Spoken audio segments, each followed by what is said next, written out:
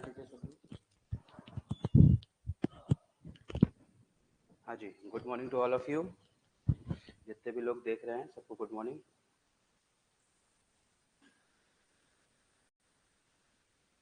पूजा, Divangi, Varsha, David, Atul, है ना, मोनिका, स्वाति, आप सबको गुड मॉर्निंग।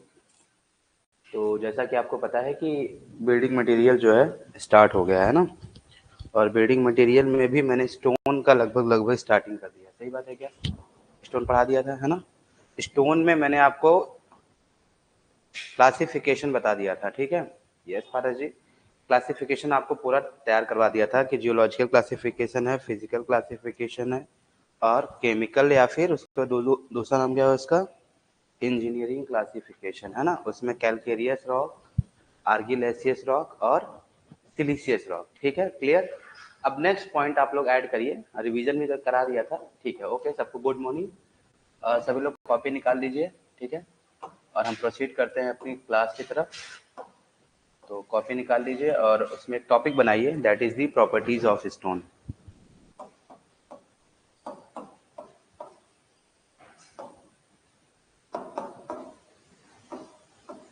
आप नेक्स्ट टॉपिक बनाएंगे प्रॉपर्टीज ऑफ स्टोन, ठीक है। सभी लोग हेडिंग बना लीजिए, प्रॉपर्टीज ऑफ स्टोन। इसके बारे में हम डिस्कस करेंगे कैसे क्या है।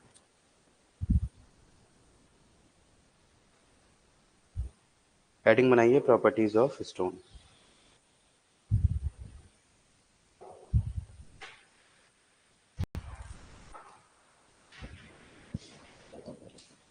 तो आपको प्रॉपर्टीज ऑफ स्टोन के बारे में समझिए क्या कहानी है। करें स्टार्ट, सर बताएं। देखो, प्रॉपर्टीज ऑफ स्टोन देखिए कैसे कहानी क्या है। अच्छा बताओ, स्टोन कैसा यूनिट है? स्टोन एक बिल्डिंग यूनिट है ना। जैसे सीमेंट कैसा मटेरियल है? एक बाइंडिंग मटेरियल है। लाइम कैसा मटेरियल है? एक बाइंडिंग मटेरियल है। पेंट कैसा मटेरियल है? कवरिंग मटेरियल है। अंडरस्टूड। टाइल कैसा है? फ्लोरिंग मटेरियल है ना। ओके, समझ गए सब लोग। टिम्बर क्या है? स्ट्रक्चरल मटेरियल है। ये ऐसे मटेरियल की क्लासिफिकेशन है। तो ऐसे स्टोन और ब्रिक, ये दोनों क्या है आपके पास में? बिल्डिंग यूनिट्स हैं। जब बिल्डिंग यूनिट्स हैं डियर, तो मुझे इसका जो प्रॉपर्टीज देखना है वो regarding to the building construction देखना है। किसके रिगार्डिंग देखना है? कि अगर मैं बिल्डिंग में यूज कर रहा हूँ, या बिल्डिंग बोलने से अच्छा है इंजीनियरिंग पर्पसेस के लिए देखना है। सारी प्रॉपर्टीज नहीं एनालिसिस करनी है, सिर्फ कौन सी प्रॉपर्टी एनालिसिस करनी है?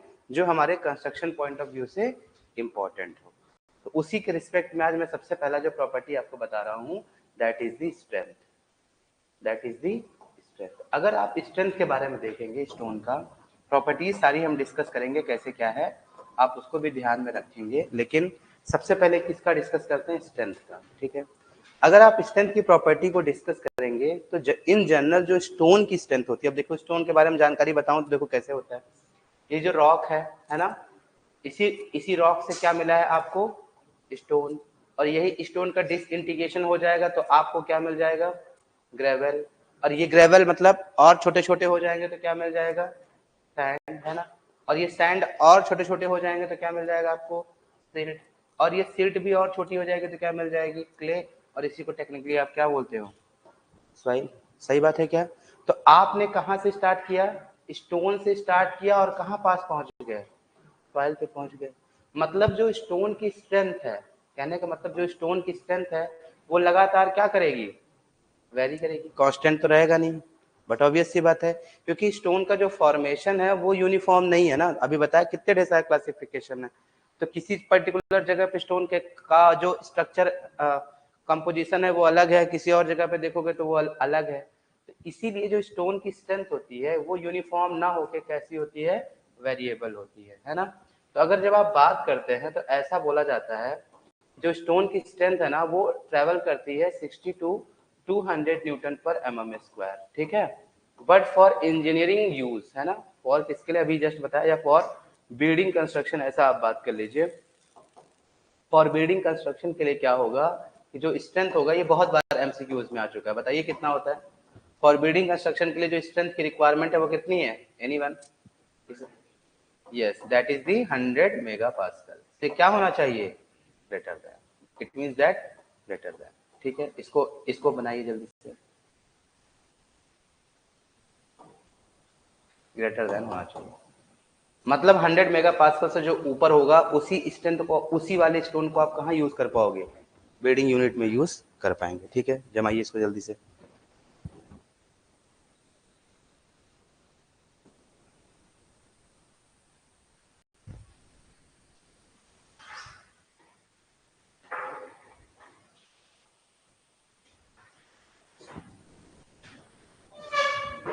ठीक है, कर लिया सब लोगों ने?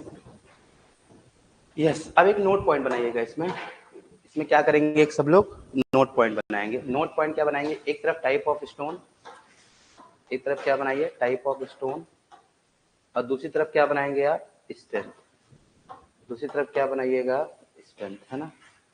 तो टाइप ऑफ स्टोन में सबसे पहला आता है ट्रैप। सबसे पहले क्या है, ट्रैप। ट्रैप, उसके बाद कौन सा है, बेसाल्ट, उसके बाद है आपके पास में ग्रेनाइट, और उसके बाद है आपके पास में स्लेट, उसके बाद का आपके पास में सैंडस्टोन, और फिर है लाइमस्टोन। ठीक है।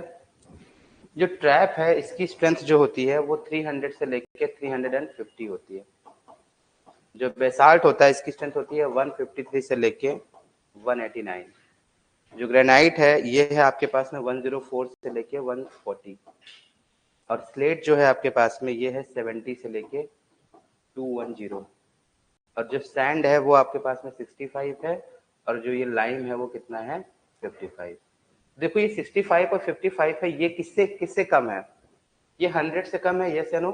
तो 100 से कम है तो कभी भी सैंड स्टोन और लाइम स्टोन का मैं क्या नहीं यूज करूंगा, बिल्डिंग यूनिट नहीं यूज करूंगा। तो आपने कभी भी जिंदगी में नहीं देखा होगा कि सैंड स्टोन का घर बनाओ, देखा गया कभी नहीं। सैंड स्टोन आप नहीं यूज कर सकते हैं, बिकॉज ऑफ दैट कि जो उसकी स्ट्रेंथ है वो कितनी है, 65 और 55 है। और आपको बिल्डिंग कंस्ट्रक्शन के लिए स्ट्रेंथ कितना रिकमेंडेड है, ग्रेटर देन 100। अंडरस्टूड। तो ये ऐसे तरीके से क्या होता है, ट्रेवल करता है। चलिए इसको फटाफट नोट करिए। नोट कर लिया इसको।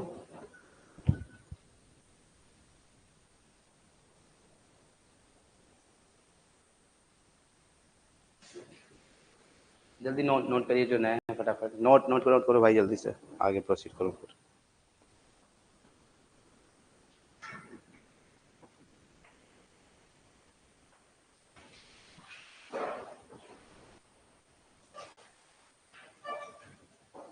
हो गया सबका, हो गया इधर सबका हो गया सर, उधर हुआ आपका, जल्दी करिए, स्पीड से नोट करिए। हाँ ठीक है, 2 मिनट रुकिए आप लोग, ऑनलाइन वाले रुक जाएं, तो कुछ लोग नए बच्चे हैं वो नोट कर लें बता। अच्छा, स्ट्रेंथ किस में है, ये मेगा पास्कल में है। Mega pascal means what, Newton पर एमएम स्क्वायर। ठीक है, चलिए नेक्स्ट नंबर डालिए, water absorption capacity. Second property add करिए, WAC की प्रॉपर्टी है ना। सेकेंड वन ऐड करिए, WAC की प्रॉपर्टी आप ऐड करेंगे। ठीक है, देखिए क्या कहानी है इसमें। WAC means water absorption capacity. अगर फॉर बिल्डिंग यूनिट के लिए देखेंगे, मैंने पहले से बता रखा है ना, सारी बात जो हो रही होगी वो किसके लिए हो रही होगी, बिल्डिंग यूनिट्स के लिए हो रही होगी। ठीक है, ये हमने शुरू में ही बता दिया आपको, WAC एंड स्टोन। ठीक है, देखिए इसमें एक स्केल गिवन होती है आपको। स्केल कैसी कैसी गिवन होती है, लाइक दिस, कि यहाँ पास एक रेंज होता है, एक रेंज यहाँ आपको देखने को मिलेगा, और एक रेंज आपको कहाँ देखने को मिलेगा, लास्ट में। ठीक है, देखिए क्या स्टोरी है इसकी। इसकी स्टोरी ऐसी है कि अगर आपके पास में, अच्छा रेंज की वैल्यू लिख दूं, that is the 0.6% and 5% and कितना 10%। तो देखिए क्या कहानी होगी, अगर वाटर एब्जॉर्प्शन कैपेसिटी 0.6 to 5% के बीच में है, इसको आप टेक्निकली बोलते हैं गुड बिल्डिंग स्टोन। क्या बोलते हैं इसको आप, गुड बिल्डिंग स्टोन। क्या बोलेंगे, गुड बिल्डिंग स्टोन। क्यों, क्योंकि वाटर एब्जॉर्प्शन क्या है, अच्छा है। लेकिन जैसे ही आप 5 to 10 में जाएंगे तो इसको बोलते हैं एवरेज बिल्डिंग स्टोन। क्या बोलते हैं इसको, एवरेज बिल्डिंग स्टोन। क्लियर। लेकिन 10 से ज्यादा हो जाएगा तो इसको मैं क्या कर दूंगा, रिजेक्ट फॉर कंस्ट्रक्शन। ऐसा क्यों, अभी जस्ट बताता हूँ। रिजेक्ट फॉर मतलब कंस्ट्रक्शन में यूज नहीं करेंगे अगर आपके पास में किसी भी स्टोन का वाटर एब्जॉर्प्शन कैपेसिटी कितना है, 10%। कैसे, अभी प्रूफ देता हूँ। ठीक है, इसको नोट करिए। अब इसमें एक क्वेश्चन थोड़ा सा और समझ लीजिए, अगर आपके MCQs में आया तो बताओ कौन सा टिक लगाओगे। ऐसा क्वेश्चन पूछता है what is the WAC of stone, आप चेक करके बताइए। ऐसा पूछ लेगा what is the moisture content limit in stone, देख के बताइए कौन सा होगा। 5%, करेक्ट। क्यों?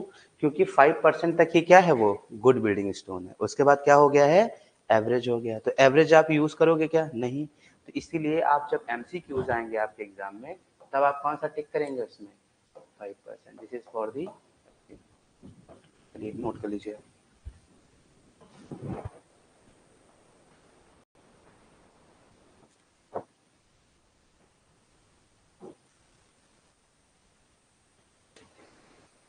जमाइए इसको जल्दी से।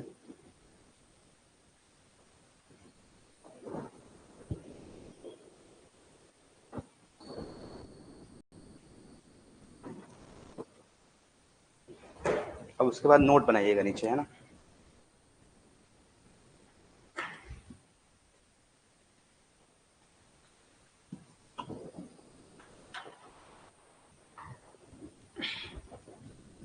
हाँ जी, इसके बाद इसके नीचे नोट बनाएंगे सब लोग।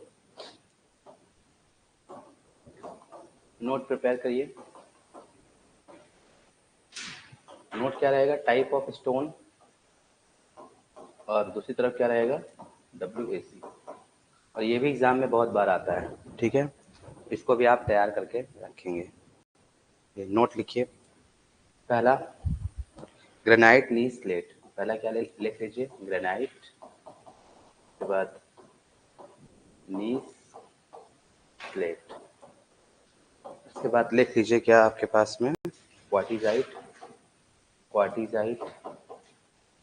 उसके बाद लिख लीजिए आप सैंडस्टोन और लाइमस्टोन। देखिए ध्यान से क्या कहानी है। इन जो तीनों की जो आपके पास में WAC है किसका, इन सब का, इन तीनों का कितना है, 1%। इसका भी कितना है, 1%। इसका भी कितना है, 1%। जो क्वार्टिजाइट है इसका होता है 3%। और जो सैंड स्टोन है उसका है 10%। लाइम स्टोन जो है इसका 10%। बताइए, देखिए अभी जस्ट कंक्लूजन निकला है। आपको पता है ग्रेनाइट कैसा है, सबसे अच्छा स्टोन है। तो ग्रेनाइट गुड क्वालिटी में आएगा कि एवरेज क्वालिटी में आएगा, गुड क्वालिटी में आएगा। तो ग्रेनाइट की बाय डिफॉल्ट जो वाटर एब्जॉर्प्शन होनी चाहिए वो कितनी होनी चाहिए, 0.6 से ज्यादा और 5 से कम। देखो है बिल्कुल है। कितना है, 1%। और नीस का भी कितना है, 1%। और स्लेट का भी कितना है, 1%। इट मीन्स दैट तीनों कैसे हैं, गुड बिल्डिंग स्टोन है। बिकॉज ऑफ दैट इसकी जो WAC है वो 0.6 to 5 के बीच में। ठीक है, नेक्स्ट प्रोसीड करो। अभी जो क्वार्टिजाइट है इसका भी WAC कितना है, 3%। तो इसको भी मैं कैसे कंसीडर करूंगा, गुड बिल्डिंग स्टोन जैसा ही कंसीडर करूंगा। लेकिन फिर नेक्स्ट देखो डिस्कशन क्या है। अगर 10% है या 10% से ज्यादा है तो ऐसे स्टोन को आप क्या कर दोगे, रिजेक्ट कर दोगे। Reject for what, construction. तो देखिए ध्यान से कहानी क्या है। सैंड स्टोन का कितना WAC है, 10%। और लाइम स्टोन का भी कितना है, 10%। तो इसको आप कंस्ट्रक्शन में यूज नहीं करेंगे। और ऐसे ही आप पीछे देख लो, सैंड स्टोन लाइम स्टोन की स्ट्रेंथ भी क्या थी, 55 और 65, तो भी कम हो गया।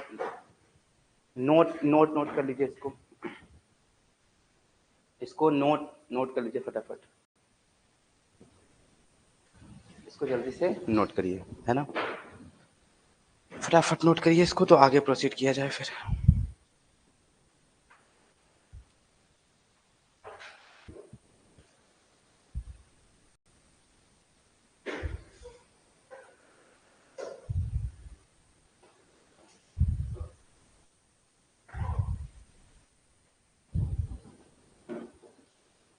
ठीक है, हो गया सर, ठीक है। चलिए नेक्स्ट नंबर डालिए, नेक्स्ट नंबर ऐड करिए, that is third number, specific gravity.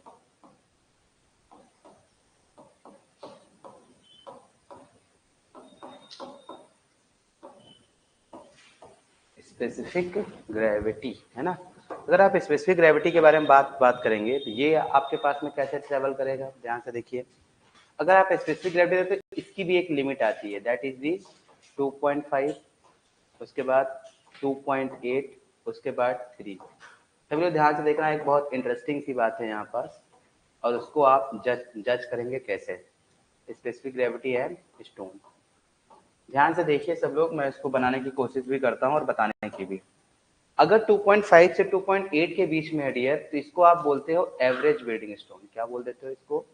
Average building stone, ठीक है। एंड नाउ अगर आप 2.8 से 3 के बीच में डिस्कस करते हैं तो that is the good building stone. ये क्या है आपके पास में? Good building stone. But further अगर आप 3 से ज्यादा जाओगे तो आपके हिसाब से क्या होना चाहिए? गुड के बाद क्या आता है? बेस्ट, बहुत अच्छा होना चाहिए। बट ऐसा नहीं है, यहाँ हम क्या कर देते हैं? Reject for construction. ऐसा क्यों? बताइए सब लोग जी। जो पुराने हैं उनको तो मालूम होगा, बट जो नए हैं उनको जवाब देना है। 3 से ज्यादा के होने के बाद, बट ऑब्वियस सी बात है, स्ट्रेंथ इंक्रीज करेगी। स्पेसिफिक ग्रेविटी बढ़ेगा तो स्ट्रेंथ तो बढ़ेगी ना, और स्ट्रेंथ ज्यादा होएगी तो आप डायरेक्ट समझ सकते हैं स्ट्रेंथ ज्यादा मीन्स दैट कि हम इसको कंस्ट्रक्शन में यूज कर सकते हैं। बट बिल्डिंग पर्पजेस के लिए 3 से ज्यादा की स्पेसिफिक ग्रेविटी को रिजेक्ट कर दिया जाता है। तो ऐसा ऐसा ऐसा क्यों? ऐसा इसलिए क्योंकि इसमें क्या हो जाता है? ब्रिटलनेस आ जाती है ना। क्या क्या चीज हो जाता है? Due to for what? Due to what? Due to brittleness. ये जो ब्रिटलनेस है इसकी वजह से हम क्या करते हैं? इसको हम रिजेक्ट कर देते हैं, क्योंकि ब्रिटल स्ट्रक्चर नहीं बनाना होता है। क्यों नहीं बनाना होता है? ब्रिटल स्ट्रक्चर बनाने की क्या लॉस है? देखो लॉस क्या है। बट ऑब्वियस सी बात है, ब्रिटल स्ट्रक्चर बहुत इकोनॉमिकल रहेगा, ठीक है। आपके पास कम पैसा लगेगा, लेकिन क्या रहेगा? आप सुरक्षित नहीं रहोगे, ठीक है। जैसे आप हाई स्पीड गाड़ी से जाते हो, मजा तो बहुत आता है, लेकिन कब एक्सीडेंट हो जाए पता नहीं चलता है ना। ऐसे यहाँ भी है। अगर आपने ब्रिटल स्ट्रक्चर बना दिया, सब कुछ बहुत अच्छा रहेगा, लेकिन कब वो घर गिर जाए आपको भी नहीं पता है। सो रहे हो रात में और सो ही गए, है ना। तो इसलिए कंडीशन क्या होती है? हमें ब्रिटल स्ट्रक्चर नहीं बनाना होता है। क्या बनाना होता है? डक्टाइल स्ट्रक्चर, ताकि हमें फेलियर के बारे में पता चले, सडन फेलियर ना हो। चलिए इसमें भी नोट नोट बनाइए सब लोग। इसमें भी नोट पॉइंट ऐड कर लीजिए, ठीक है। जब इसमें आप नोट पॉइंट ऐड करेंगे तो सबसे पहले इधर लिखेंगे टाइप ऑफ स्टोन, और दूसरी तरफ क्या लिखेंगे? Specific gravity. इसमें से सारे लोग लगता है मुझे जो आपकी रिवीजन बैच है उसमें है क्या? कल ही तो खत्म किया ये सारा। कल ही रिवीजन बैच में सारा ये सब पढ़ा के मैंने पूरा फिनिश किया है ना। तो सबका 3-3 बार तो रिवीजन मैंने ही करा दिया। टोटल 10 बार करना होता है। और कुछ लोग अभी देखो दोबारा से क्लास में बैठे हैं तो उनका दूसरी तीसरी चौथी बार रिवीजन हो रहा होगा। तो इसीलिए जब 10 बार रिवीजन कर लोगे तो कभी भी दिक्कत नहीं आएगी इसकी, है ना। और जो लोग पढ़ लिए, जिनके पास कॉपी है, वो खोल के बैठ के पढ़ते रहे अपना, या एक एमसीक्यू की बुक ला लीजिए। सबसे बेस्ट तरीका क्या है? क्लास में अगर आप बैठ रहे हैं, अगर आपका हो रखा है, तो आप एमसीक्यू की बुक परचेज करके लाइए और उस बुक के क्वेश्चंस वहां लगाते रहिए, ठीक है। और उस क्वेश्चन को लगाते रहिए, और जिसमें भी डाउट आए ब्रेक के बाद आप क्या कर सकते हैं? पूछ सकते हैं, सर इस वाले में दिक्कत आ रहा है, कैसे सही होगा, ठीक है।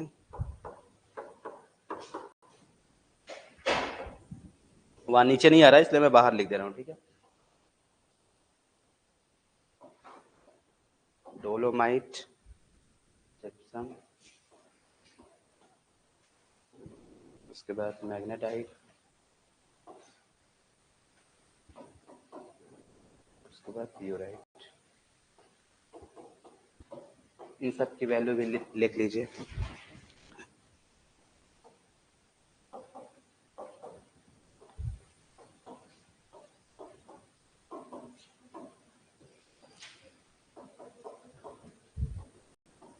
ठीक है, चलिए करिए नोट इसको।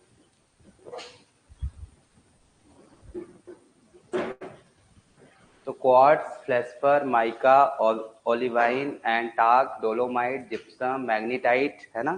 क्या है? Magnetite and pyrite. तो अच्छे से लिख लेता हूँ, PYORITE, है ना। कौन सा जो जो जो भी समझ नहीं आया तो पूछ लेना, ठीक है। क्वार्ट्स है, फ्लेस्पर है, और क्या है आपके पास में? माइका है, ओलिवाइन है, और नेक्स्ट नंबर जो आपके पास में टाक है, उसके बाद फिर डोलोमाइट है, फिर जिप्सम है, फिर मैग्नीटाइट है, फिर पियोराइट है। हो गया सबका? प्रोसीड करें नेक्स्ट। यहाँ तक हो गया? सबने कर लिया? लिख लिया सबने? सबने लिख लिया क्या, यस या नो?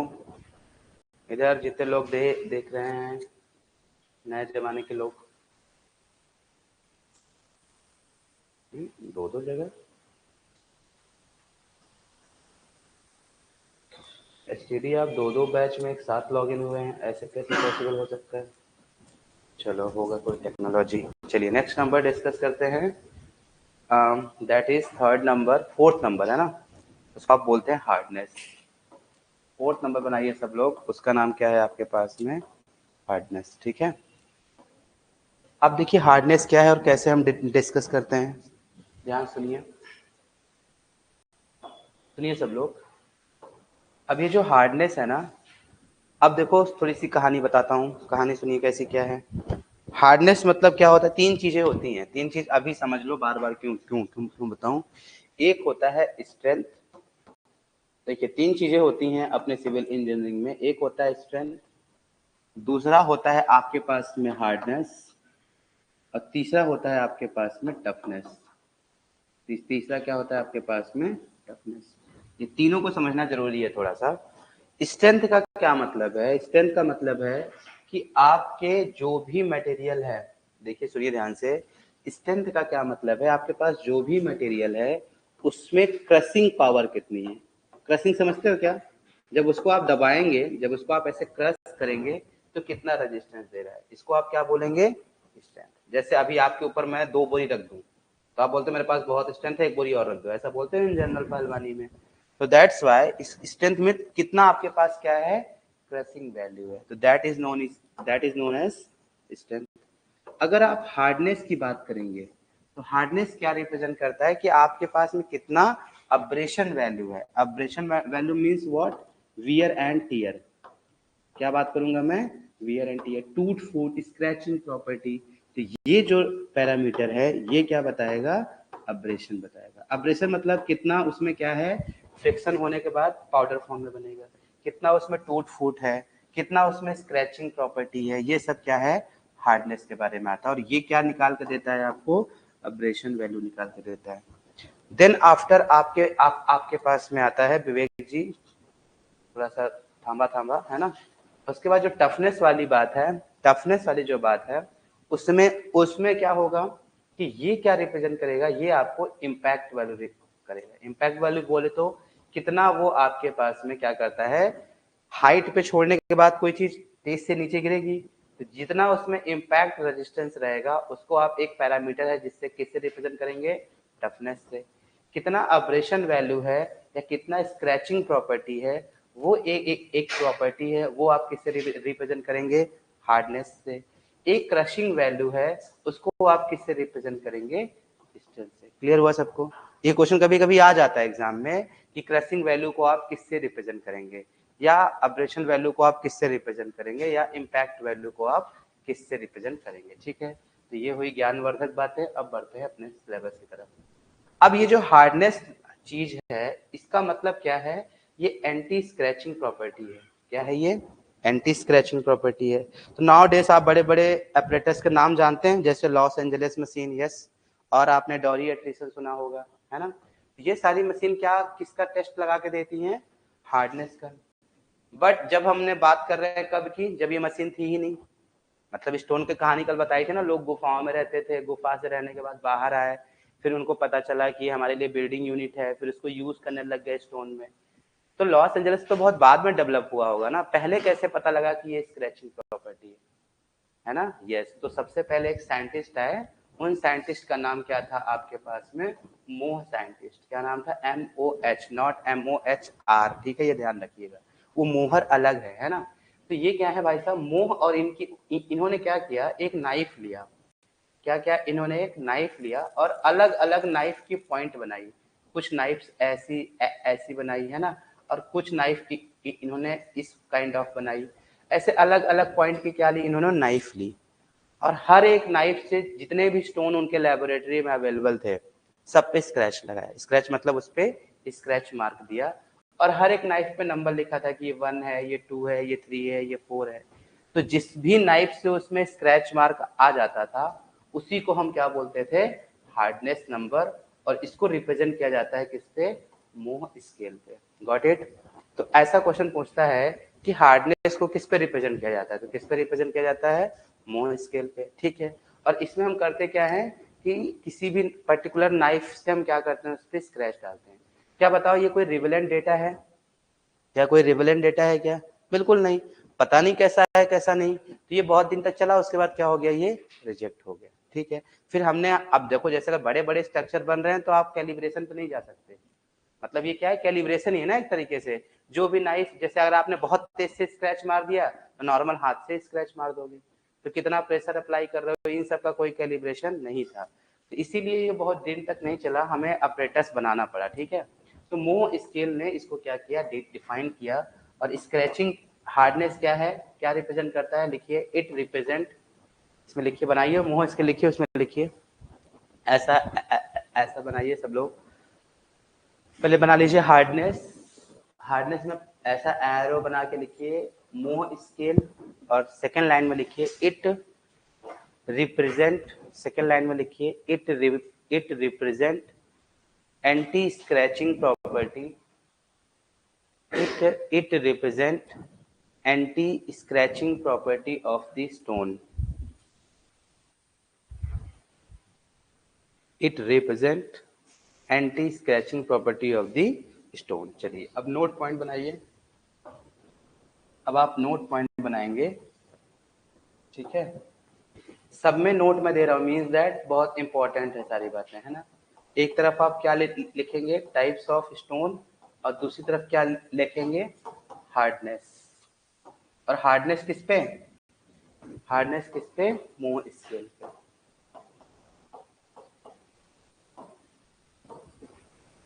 जैसे टाक, तो टाक का हार्डनेस कितना है, 1। टाक लिखिए या फिर चाक लिखिए, दोनों बहुत इजी है ना, तो ये हो गया। फिर जिप्सम,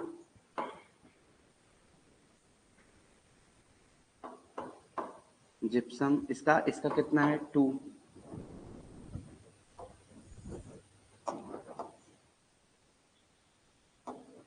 ठीक है। जिप्सम के बाद कैल्सीसाइट, कैल्साइट इसका कितना है, 3। उसके बाद फ्लोराइट,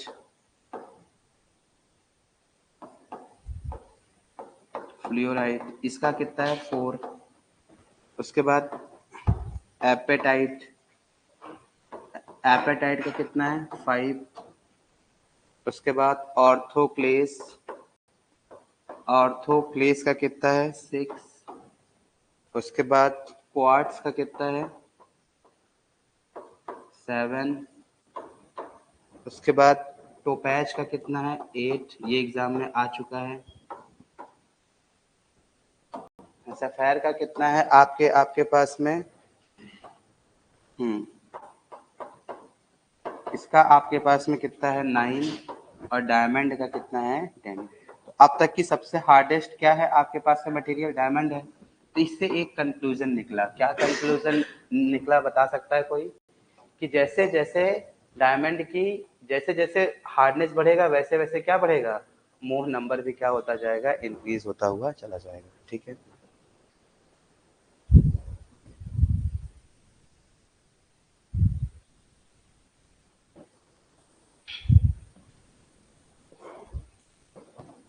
ठीक है, चलिए अब नेक्स्ट प्रॉपर्टी लिखिए, स्ट्रीक। नेक्स्ट प्रॉपर्टी लिखिए आप, STREAK, स्ट्रीक, है ना। नेक्स्ट प्रॉपर्टी लिखिए स्ट्रीक, है ना। इसमें लिखिए it is the colour of mineral in powder form. Next लिखिए स्ट्रीक, इसमें लिखिए it is the colour of mineral in powder form. उसके बाद लिखिए lustre, LUSTER, it is the colour of mineral in powder form. अरे जैसे आप कांच को तोड़ दो, कांच का चूरा बना दो, जो आपके घर में कांच है उसको पकड़ो और उसका ग्राइंडर में उसको क्या कर दो, ग्राइंड कर दो, और फिर उसको लाइट में रख दो, तो क्या क्या क्या होगा बताइए, जैसे जैसे लाइट पड़ेगी वैसे वैसे वो चमकेगा। वो जो, अच्छा सब कांच नहीं चमकते, जो सबसे अच्छी क्वालिटी का होता है वही ऐसा करेगा, है ना। इस प्रॉपर्टी को क्या बोलते हैं आप, स्ट्रीक प्रॉपर्टी, ठीक है। अब लिखिए लस्टर, लिखिए इट इज दी, हाँ it is the sign on, It is the sign on the surface of mineral. It is the sign on the surface of mineral. जैसे डायमंड, डायमंड को आप दूर से रख दोगे तो क्या रहता है, वो चमकता रहता है, उसी को आप क्या बोलते हैं, lustering effect. It is the sign on surface of mineral. ठीक है. नेक्स्ट नंबर लिखिए क्लीवेज. तो देखिए जैसे अगर दो आपके रॉक्स है ना, दो रॉक्स अगर आपस में मिल रहे होते हैं, क्लीवेज हेडिंग बना लीजिए, बताता हूँ क्या है ना. जैसे अगर दो रॉक आपस में अगर मिल रहे होते हैं तो पता ही है ना, इनके बीच में क्या होगा, एक लीस्ट रेजिस्टेंस लाइन मिल जाएगी. यस या नो. क्यों? क्योंकि क्या है, इन इस वाले पॉइंट से ये जो पर्टिकुलर रॉक है ये दो पार्ट में क्या हो सकता है, डिवाइड हो सकता है. तो ऐसे ही बहुत सारे स्टोन होंगे जिनकी क्या होगी, एक लीस्ट रेजिस्टेंस लाइन होगी, उसके अकॉर्डिंग वो क्या होंगे, दो पार्ट में डिवाइड हो जाएंगे. उसी को क्या बोला जाता है, क्लीवेज. इसमें लिखिए आप, it is the measurement of, cleavage में लिखेंगे it is the measurement of, cleavage heading बना के लिखिए, it is the measurement of capability of some minerals. It is the measurement of capability of some minerals to split, capability of some minerals to split along a particular plane, along a particular plane.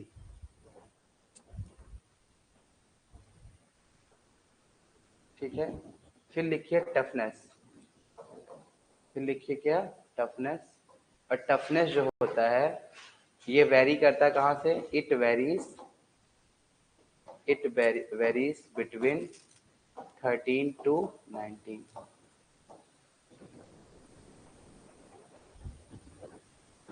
Toughness of stone, it varies between 13 to 19. फिर लिखिए wear and tear.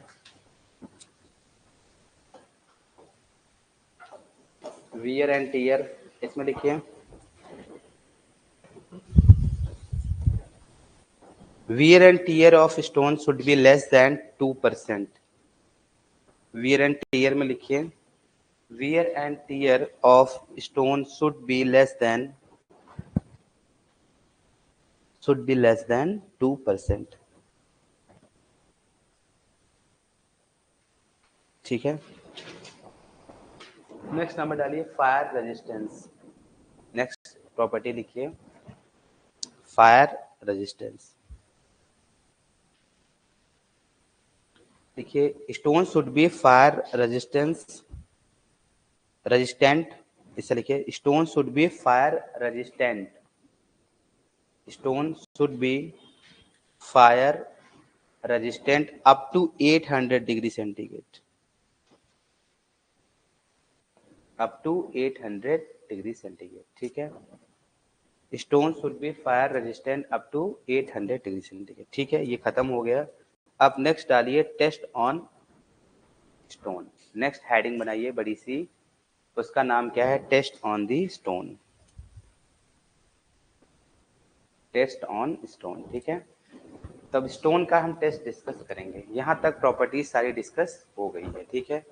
Cleavage बताओ ना sir एक बार. देखो क्या होता है कि कोई भी अगर स्टोन है ना, जैसे आप जैसे जैसे जैसे मैं क्या बताऊं, जैसे पार्ले जी नहीं, वो जो दो बिस्किट आती है जिसमें दो लेयर्स बनी रहती है, क्या बोलते हैं उसको, क्रीम वाली जो बिस्किट्स आती है ना, उसको आप कैसे ब्रेक करते हो, जहां से उसमें दिखता है कि यहाँ से मैं इसको ब्रेक करूंगा. जैसे सबसे बेस्ट वो जो सिल्क वाली वो आती है चॉकलेट, तो उसकी क्यूब कैसे ब्रेक करते हो आप, जहां से उसकी एक पर्टिकुलर लाइन रहती है वहां से ब्रेक कर देते हो.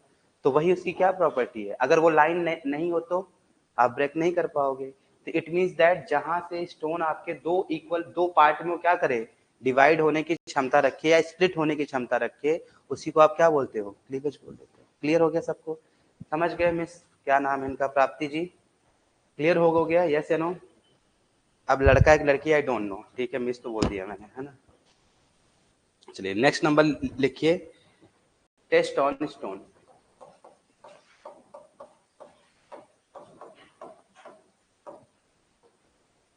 अब ये दो टाइप के टेस्ट होते हैं. ठीक है, कौन कौन सा, एक आप अगर क्या चीज करेंगे, एक तो आप क्या करिए, या तो फिजिकल टेस्ट हो सकता है, दूसरा आपके पास में होता है ड्यूरेबिलिटी टेस्ट। इस पे एक क्वेश्चन आपके एग्जाम में आया था अभी, ठीक है, कोई सा पीडब्ल्यूडी एग्जाम हुआ था ना अभी ताजा ताजा, उसमें ये क्वेश्चन आए हुए थे, ठीक है। तो देखिए दो प्रकार के स्टोन के टेस्ट हैं, देखिए कैसे कहानी इसकी ट्रेवल करती, पहले वो सुन लीजिए तब आपको समझ में आ जाएगा। देखिए क्या क्या होता है कि जैसे फिजिकल टेस्ट मतलब जिसको आप क्या कर सके उसका रिजल्ट बता सके, है ना, तो उसे आप फिजिकल टेस्ट बोल सकते हैं। जैसे आप ध्यान समझिए, जैसे स्ट्रेंथ टेस्ट, जैसे क्या चीज हो गया, स्ट्रेंथ टेस्ट। जैसे आपके पास में क्या हो गया, हार्डनेस टेस्ट, ठीक है, अभी जस्ट बात किया। जैसे आपके पास क्या हो गया, टफनेस टेस्ट, है ना। जैसे आपके पास क्या हो गया, WAC का टेस्ट। जैसे आपके पास क्या हो गया, स्पेसिफिक ग्रेविटी का टेस्ट। क्लियर यहाँ तक। तो ये जो सारी चीजें हैं ये हो गई किसमें, आपके पास में फिजिकल टेस्ट, जो जो रिवेलेंट होगा किस पे, जब लोड इसके ऊपर आएगा। लेकिन जो ड्यूरेबिलिटी टेस्ट है ये किस पे डिपेंड करता है, ये डिपेंड करता है लाइफ ऑफ स्पैन के ऊपर। किस पे, लाइफ ऑफ स्पैन, आखिर कितना दिन तक ये चलने वाला है स्टोन, है ना। जैसे अभी आपको मैं बताऊं स्टोन की ड्यूरेबिलिटी किस पे फैक्टर करेगी, कोई बता सकता है। नंबर 1 वेदरिंग इफेक्ट, यस या नो। वेदरिंग इफेक्ट जानते हो क्या होता है, जैसे अभी गर्मी हो रही है, फिर सर्दी हो जाएगी, फिर बरसात हो जाएगी, तो लगातार जो ये अपना क्लाइमेट है वो चेंज हो रहा होता है, लगातार क्लाइमेट चेंज हो रहा होता है, तो लगातार क्या हो जाएगा, आपका स्टोन भी फेस करेगा वेदरिंग इफेक्ट को, तो इसकी लाइफ क्या हो जाएगी, कम हो जाएगी। जैसे आपकी लाइफ कम हो रही है, ठीक है, एक दिन सो रहे हो, एक दिन जग रहे हो, 2 दिन नहीं सो रहे हो, फिर 3 दिन सो रहे हो, है ना। तो इसकी वजह से क्या कहानी होती है, अपनी भी लाइफ क्या होती है, डिग्रेड होती है, तो अपना भी जो लाइफ ऑफ स्पैन है वो क्या हो जाता है, कम हो जाता है। ऐसे स्टोन का भी कम हो जाता है। तो बहुत ढेर सारे फैक्टर्स हैं। जैसे देखो सबसे पहला फैक्टर्स है आपके पास स्टोन में सबसे ज्यादा है स्टोन, अभी मैंने एक सीरीज बताई थी, है ना, सीरीज क्या बताई थी कि स्टोन जो है उसका लास्ट प्रोडक्ट क्या है, सॉइल ही है ना, देखो कहीं ना कहीं बताया था, आप देख लेना। मतलब स्टोन से लास्ट प्रोडक्ट क्या बनेगा, सॉइल ही बनेगा। अगर आपके स्टोन में सॉइल के कंटेंट बहुत ज्यादा हैं, या मैं बात करूं इसमें अर्धन मटेरियल बहुत ज्यादा है, अर्धन मटेरियल मतलब सॉइल के पार्टिकल्स, वो होता है ना स्टोन, जैसे देखो देखो मैं आपको एग्जांपल देता हूँ। जैसे ये स्टोन बन, जैसे आप देखो फिश का एक्वेरियम वाला देखा आप लोगों ने, उसमें भी स्टोन स्टोन डालते हो तो पानी कैसा रहता है, एकदम क्लीन रहता है। मीन्स दैट वो पूरा का पूरा क्या है, स्टोन ही है, उसमें कुछ भी मिट्टी के पार्टिकल नहीं है। अगर उसमें मिट्टी के पार्टिकल आएंगे तो पूरा पानी कैसा हो जाएगा, गंदा हो जाएगा। लेकिन वही कोई आप बाहर से कोई स्टोन ले आइए, उसको 1 गिलास पानी में डालिए तो क्या चीज होगा, पूरा ग्लास का पानी क्या हो जाएगा, गंदा हो जाएगा। क्यों गंदा हो गया, क्योंकि उसमें क्या था, वाटर से मिक्स होने वाले पार्टिकल्स थे जो वाटर से मिक्स हो गए। ऐसा ही अगर आपने कंस्ट्रक्शन में यूज कर लिया उस टाइप के स्टोन तो क्या होगा, जब बारिश होगी तो बारिश के साथ वो स्टोन चला जाएगा, तो प्रॉब्लम क्रिएट हो जाएगा। इसीलिए आपको क्या चेक करना है, इसकी ड्यूरेबिलिटी भी चेक करनी है। जब आपको इसकी ड्यूरेबिलिटी चेक करनी है तो इसके कुछ टेस्ट गिवन है आपके पास में। जैसे सबसे पहला क्या है, स्मिथ टेस्ट, ठीक है।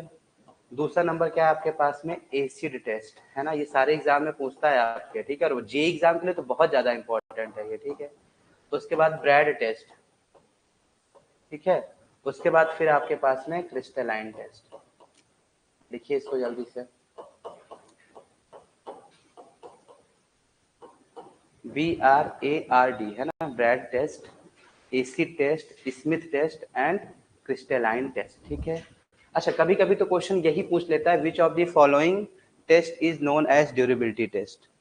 तो 3 नाम कहाँ के दे देगा, फिजिकल के, और एक नाम कहाँ का दे देगा, वो ड्यूरेबिलिटी के। या ऐसा पूछ लेगा which of the following is not durability test, तो सारे नाम, एक नाम, 3 नाम इधर के दे देगा, एक नाम उधर के दे देगा। तो पहला जो जे लेवल का क्वेश्चन है वो यही है कि आपको पता होना चाहिए कौन सा टेस्ट किसके अंतर्गत आता है। बनाइए इसको जल्दी से, ये फ्लो चार्ट बनाइए, फटाक से ये फ्लो चार्ट बनाइए।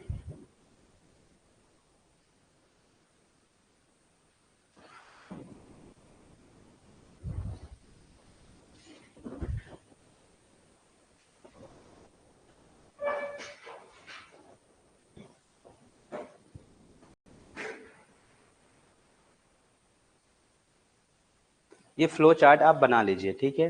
तो यहीं से एक आपका इसको आप डाल देना कि PYQs में बहुत आता है, ठीक है, लगातार PYQs में आ रहे हैं आपके एग्जाम में।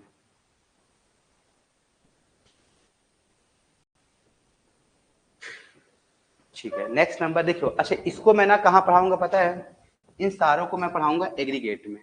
ठीक है, इसको मैं कहाँ पढ़ाऊंगा? जब आपको एग्रीगेट पढ़ाऊंगा तब पढ़ाऊंगा ये सारा। ठीक है, बार बार दो बार नहीं पढ़ाने का जरूरत है। तो अभी मैं ड्यूरेबिलिटी टेस्ट पूरा पढ़ा देता हूँ। बिकॉज ऑफ दैट ये मैं एग्रीगेट में फिर से इसको पढ़ाऊंगा, कोई दिक्कत की बात नहीं है। तो हर बार दो बार करने से क्या मतलब निकल रहा है?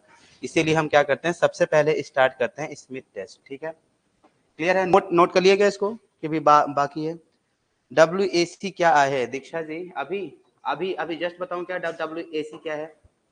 थोड़ी देर पहले आप नहीं थे क्या जब WAC टेस्ट पढ़ाया मैंने स्टोन का, है ना? कैसी बातें कर रही हैं? अभी अभी जस्ट ऐड हुए हो क्या? पूरी रामायण खत्म हो गई तो फिर आप पूछ रहे हो अच्छा बताओ राम भगवान कौन थे और लक्ष्मण जी कौन थे? क्या दोनों भाई भाई थे क्या? है ना? आपका क्वेश्चन ऐसा है, ठीक है? आप ऐसा पूछ रहे हो कि सर आप बताओ कि राम लक्ष्मण भाई भाई हैं क्या, या तो मुझे डाउट आ रहा है ये दोनों भाई भाई हैं कि नहीं है, तो वही वाली बात है। ठीक है, चलिए नेक्स्ट नंबर देखिए, डिस्कस करिए। क्या मैं बात करने वाला हूँ? हाँ, यहाँ पास नोट। अच्छा, तो WAC मतलब वाटर एब्जॉर्प्शन कैपेसिटी टेस्ट। ठीक है, ड्यूरेबिलिटी टेस्ट में आप सबसे पहले क्या करेंगे? सबसे पहले क्या करेंगे? स्मिथ टेस्ट के बारे में डिस्कस करेंगे। ठीक है, स्मिथ टेस्ट। स्मिथ एक भैया का नाम है, तो वही भैया ने ये बताया था। ठीक है, ऐसे याद कर लो। तो स्मिथ भैया ने सारी बातें ये बताई थी, उनकी बात समझते हैं। देखो, एक मैं टेस्ट आपको लिख के बताता हूँ। अब जितना भी टेस्ट होगा आप ऐसे ही प्रिपेयर करेंगे। तो सबसे पहले क्या लिखना होता है? एम लिखना होता है। और एम का क्या मतलब है? स्मिथ टेस्ट क्या बताएगा? To check water soluble matter. क्या चेक करना है आपको? Water soluble matter. इसी को टेक्निकली क्या बोलते हैं? अर्दन मटेरियल भी बोलते हैं, अर्दन मटेरियल। ये हो गया एम। तो क्या चेक करना है आपको? Water soluble matter. ये भी एग्जाम में बहुत बार आ चुका है कि आप इसमें टेस्ट में क्या पता करते हैं। ठीक है, तो इसमें टेस्ट में क्या पता करते हैं आप? वाटर सल्यूबल मैटर या फिर अर्दन मटेरियल या मिट्टी के कण जिसको बोलते हैं। Step number 1। स्टेप नंबर 1 में आप क्या लेंगे? सबसे पहले डियर सैंपल लेंगे। क्या लेंगे? सैंपल। तो सैंपल किसका लेंगे? आपके पास में ये जो स्टोन है, इसके हर सरफेस से आप क्या बना लो? चिप्स निकाल लो। जो चिप्स नहीं होते जो आप चिप्स खाते हो, वही वाले चिप्स, है ना? तो आप सीजर्ड करके हर एक सरफेस से क्या निकालो? चिप्स निकालो। मतलब like this coin like structure आप क्या करो? यहाँ से निकालो। तो this is the known as stone chips. मतलब जिस भी स्टोन का आपको इसमें टेस्ट परफॉर्म करना है, उसमें एक सीजर लीजिए और चारों तरफ से उसको काट काट के क्या करिए? उसका स्टोन चिप्स बाहर निकाल लीजिए। और इस स्टोन चिप्स को आप कहाँ पास डालिए? एक वाटर के बकेट में डाल दीजिए। वाटर के बकेट में क्या करिए? इसको डालिए। कैसे कैसे होता है? Like this. अगर आप इस वाटर के बकेट में स्टोन चिप्स डालेंगे तो क्या होगा बताइए? डालते ही मान जितने भी वाटर से सॉल्यूबल होने वाले मटेरियल रहेंगे, वो क्या चीज हो जाएंगे? इसके साथ मिक्स हो जाएंगे। जैसे अभी मैंने आपको एग्जांपल दिया था फिश का एक्वेरियम, है ना? एक्वेरियम जो होता है फिश का, उसमें जब आप स्टोन डालते हो तो क्या वो पानी गंदा होता है क्या? नहीं। लेकिन अगर आप ग्लास में रोड का स्टोन डाल दो तो पूरा गंदा हो जाता है।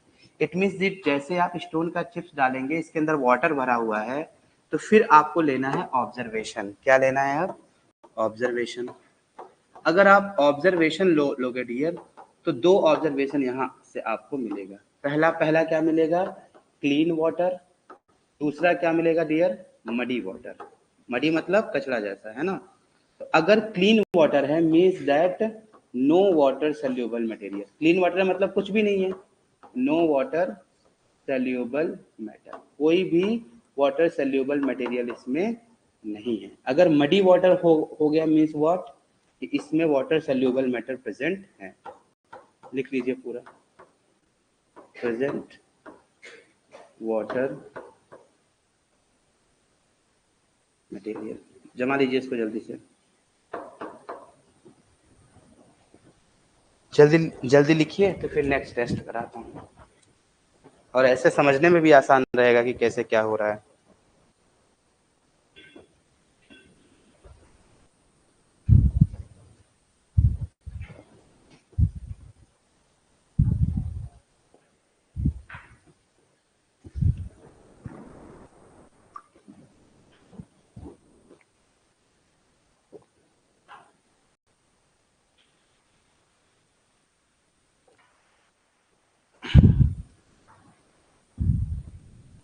ये हो गया यस या नो। एग्जाम में क्या पूछता है मालूम है, एग्जाम पॉइंट ऑफ व्यू से अगर आप हाईलाइट करना चाहते हैं तो सबसे पहले ये स्मिथ टेस्ट क्या है, मतलब ये ड्यूरेबिलिटी टेस्ट है कि स्टोन टेस्ट है। दूसरा ये स्मिथ टेस्ट क्या निकाल के देता है, इसके अलावा कुछ भी एमसीक्यू में नहीं आता है, मतलब नहीं आया है आज तक, बाकी आ सकता है, मुझे पेपर नहीं पता है, ठीक है।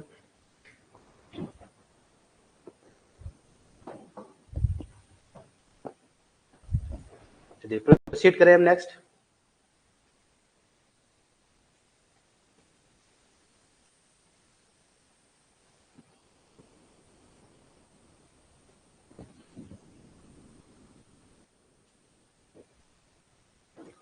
अरे करें आगे, हो गया सबका लगभग लगभग। बताइए दीक्षा, नेहा, प्राप्ति एंड जो भी लोग देख रहे हैं इसको।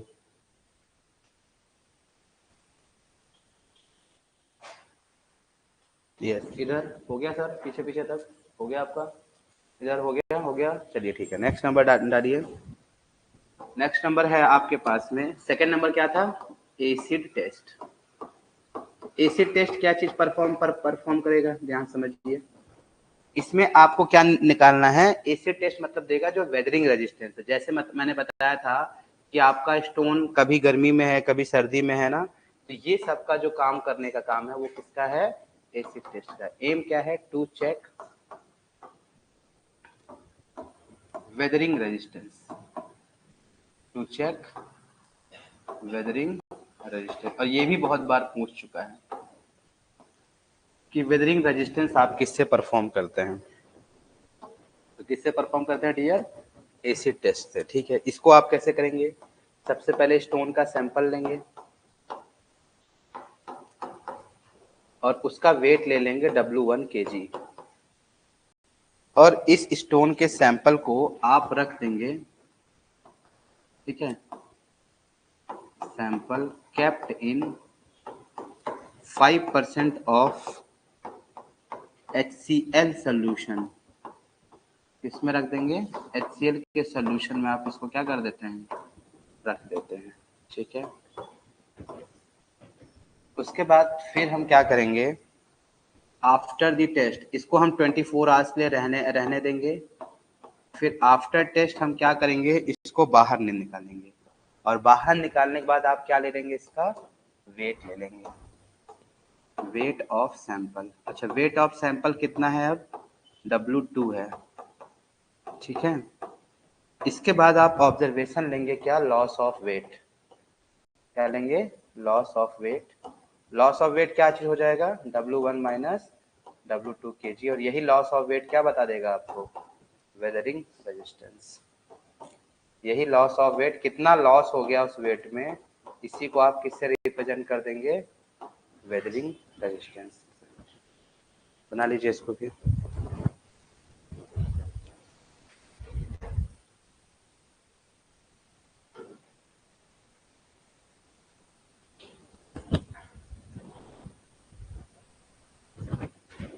यस बिल्कुल, विवेक जी सही बात बोल रहे हैं आप, है ना।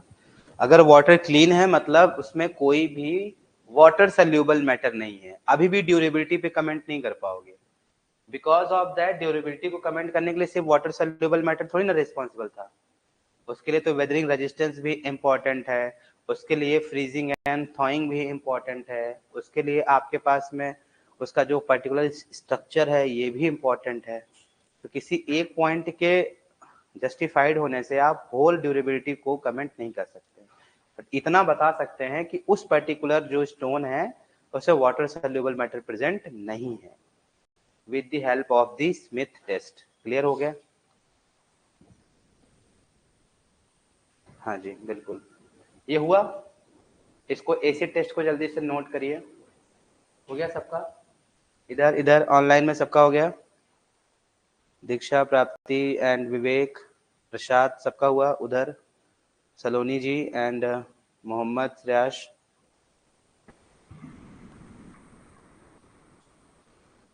HCl सोल्यूशन सर, सैंपल के सोल्यूशन में कितना टाइम रखते हैं, ठीक है 24 आवर्स का रखते हैं, मतलब आफ्टर द टेस्ट है ना, जितना भी स्पेसिफाइड होगा।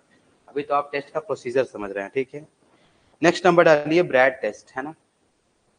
तो मैं जो ग्रीन पेन से लिख रहा हूँ सिर्फ वही वाला इंपॉर्टेंट है, बाकी इंपॉर्टेंट की बात नहीं है, ठीक है। Bread test,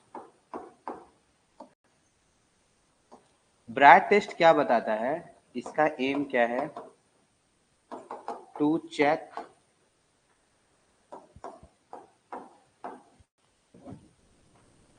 freezing frost resistance, इसको बोलना ज्यादा अच्छा रहेगा, क्या बोलते हैं, to check frost resistance. Frost resistance को चेक करने के लिए आप क्या यूज करते हैं सर, ब्रैड टेस्ट यूज करते हैं। फ्रॉस्ट रेजिस्टेंस के लिए चेक करने के लिए क्या क्या क्या यूज करेंगे, ब्रैड टेस्ट यूज करेंगे। अब देखिए क्या होता है फ्रॉस्ट रेजिस्टेंस,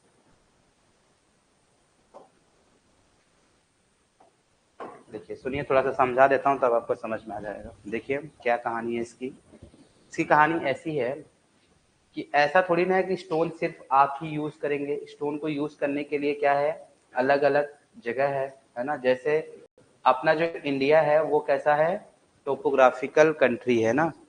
टोपोग्राफिकल कंट्री है मीन्स व्हाट, कि कहीं बहुत ज्यादा सर्दी है, कहीं बहुत ज्यादा गर्मी है, यस या नो, ये बात सबको पता है। तो आपने स्टोन को यूज किया है जहां बहुत ही कोल्ड वेदर है। कोल्ड वेदर है मीन्स व्हाट, जैसे हो गया आपके पास में उत्तराखंड, जैसे आपके पास में हो गया हिमाचल प्रदेश, मनाली, इन सब जगह पे। तो यहाँ रात में इतना टेम्परेचर डाउन हो जाता है कि जो वाटर रहता है वो किस में कन्वर्ट हो जाता है, आइस में। और सुबह धूप निकल जाती है, वही आइस क्या हो जाती है, पिघल जाती है। अब देखो होगा क्या, अभी आपको थोड़ी देर पहले मैंने प्रॉपर्टीज बताया था कि एक अच्छे गुड बिल्डिंग स्टोन में 0.6 से लेके क्या होना चाहिए, 5% वॉट मॉइस्चर कंटेंट होना चाहिए, या वाटर एब्जॉर्प्शन कैपेसिटी होना चाहिए, थोड़ी देर पहले बताया था। अब समझते हैं इसको ध्यान से। अगर आपके स्टोन में मॉइस्चर कंटेंट अवेलेबल है, ठीक है, जो कि होगा ही क्योंकि इसमें क्या रहेगा, वॉइड्स रहेगा, तो मॉइस्चर कंटेंट इसमें अवेलेबल रहेगा। अब देखिए क्या हुआ, जब ओवर द नाइट होगा, जब रात का समय होगा, तो ये टेम्परेचर क्या हो जाएगा, कम हो जाएगा, ठीक है। जब ये टेम्परेचर कम होगा सर, तो ये जो वाटर के मॉलिक्यूल हैं ये किस में कन्वर्ट हो जाएंगे, आइस में कन्वर्ट हो जाएंगे। तो अब आपको पता है जब पानी को आप बर्फ बनाते हो तो उसका वॉल्यूम क्या हो जाता है, ज्यादा हो जाता है ना, वो ज्यादा बड़ा हो जाता है, यस। अब ज्यादा बड़ा होगा और आपके पास में कोई दिक्कत की बात नहीं है, ठीक है, ओके, वॉल्यूम बढ़ गया और स्टोन ने उसको क्या कर लिया, एब्जॉर्ब कर लिया। लेकिन जब दिन का टाइम होगा तो क्या होगा सर, यही टेम्परेचर क्या होगा, ज्यादा होगा, ठीक है। और फिर से ये जो मॉलिक्यूल है ये क्या हो जाएंगे, मेल्ट हो जाएंगे। तो जो बड़ा हुआ वॉल्यूम था उसकी जगह पे क्या क्रिएट हो जाएगा, वॉइड्स। बट ऑब्वियस सी बात है, बड़ी हुई जगह में से जैसे आप क्या करिए, कोई एक शर्ट जो बहुत छोटी है उसको पहन लीजिए 2 बार, तो क्या हो जाती है, वो बड़ी हो जाती है।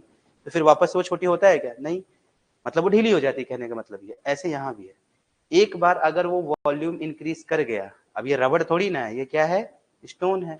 अब वापस से जब वो मेल्ट करेगा तो उसके अंदर क्या क्रिएट हो जाएगा, वॉइड्स क्रिएट हो जाएगा। बट ऑब्वियस सी बात है, अगर वॉइड्स क्रिएट हो गया तो कहीं ना कहीं किसका फॉर्मेशन हो जाएगा, आपके पास में क्रैक्स का फॉर्मेशन यहाँ से हो जाएगा। तो जब चीज टेम्परेचर कम हुआ था तो ये क्या हो गया था, फ्रीज, या इसको बोलते हैं फ्रीजिंग। लेकिन टेम्परेचर ज्यादा हुआ तो ये मेल्ट हो गया, तो इसको आपने क्या बोल दिया, थॉइंग, फ्रीजिंग एंड थॉइंग। और इस मिले जुले को क्या बोलते हैं आप, फ्रॉस्ट रेजिस्टेंस। क्या बोलते हैं, फ्रॉस्ट रेजिस्टेंस। तो आपका स्टोन ऐसा भी होना चाहिए जो इन दोनों को क्या करे, रेजिस्ट कर सके। नहीं तो ड्यूरेबिलिटी क्या हो जाएगी, खराब हो जाएगी, है ना। जो चीज आज 2 साल चलने वाली है वो अगले ही साल, तीसरे ही साल खराब हो जाएगी, है ना। मतलब जो चीज 5 साल चलने वाली है वो तीसरे ही साल क्या हो जाएगा, खराब हो जाएगा। ऐसे चीज को परफॉर्म करने के लिए कौन मार्केट में आए, ब्रैड टेस्ट। ये एग्जाम में आता है कि ब्रैड टेस्ट के लिए क्या, मतलब क्या यूज करने के लिए करते हैं इसको। तो किसके लिए करते हैं सर इसको हम, फ्रॉस्ट रेजिस्टेंस के लिए, ठीक है। चलिए देखिए, अब इसको करने के लिए आप कैसे करेंगे, इसको करने के लिए आप सबसे पहले स्टोन का सैंपल लेंगे और उसको आप क्या करेंगे, सल्फेट ऑफ सोडा में डाल देंगे। तो सैंपल लेंगे और सैंपल का क्या ले लेंगे, वेट ले लेंगे W1 kg। और उस सैंपल को आप डाल देंगे किसमें, boiling solution of sulphate of soda. Sulphate of soda में आप क्या करेंगे, उसको डाल देंगे, ठीक है, जो बॉईल कर रहा होगा, ठीक है, इसको आप बोलते हैं क्या, ग्लोबर सॉल्यूशन। ये भी आपसे एग्जाम में पूछ सकते हैं, ग्लोबर सॉल्यूशन क्या होता है। तो boiling solution of sulphate of soda. अब इसमें डालने के बाद आपने स्टोन का क्या करना है, आफ्टर टेस्टिंग, आफ्टर टेस्ट आपको क्या करना पड़ेगा, इसका वेट ले लेना पड़ेगा। आफ्टर टेस्ट फिर आप क्या ले लेंगे, इसका वेट ऑफ स्टोन ले लेंगे। जब वेट ऑफ स्टोन ले लेंगे, जिसको आप टेक्निकली क्या बोलेंगे, W2 kg। अब W1 kg आ गया, W2 kg आ गया, तब अब आप क्या कैलकुलेट कर लेंगे, loss of weight. Loss of weight कैसे कैसे करेंगे, W1 माइनस W2 kg, और इसी लॉस ऑफ वेट से क्या क्या चीज का मेंट कर देंगे, फ्रॉस्ट रेजिस्टेंस। नोट कर लीजिए इसको। तो इसमें सिर्फ एक क्वेश्चन पूछता है आपसे कि बताओ फ्रॉस्ट रेजिस्टेंस के लिए कौन सा टेस्ट परफॉर्म करते हैं या कौन सा सॉल्यूशन इसमें यूज करते हैं, तो दैट इज ब्रैड टेस्ट, है ना। इसको नोट कर लीजिए पूरा।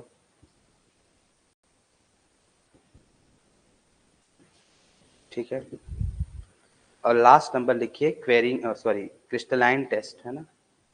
लास्ट नंबर लिखिए क्रिस्टलाइन टेस्ट, इसको पूरा बना लीजिए, फिर हेडिंग बनाइएगा क्रिस्टलाइन टेस्ट।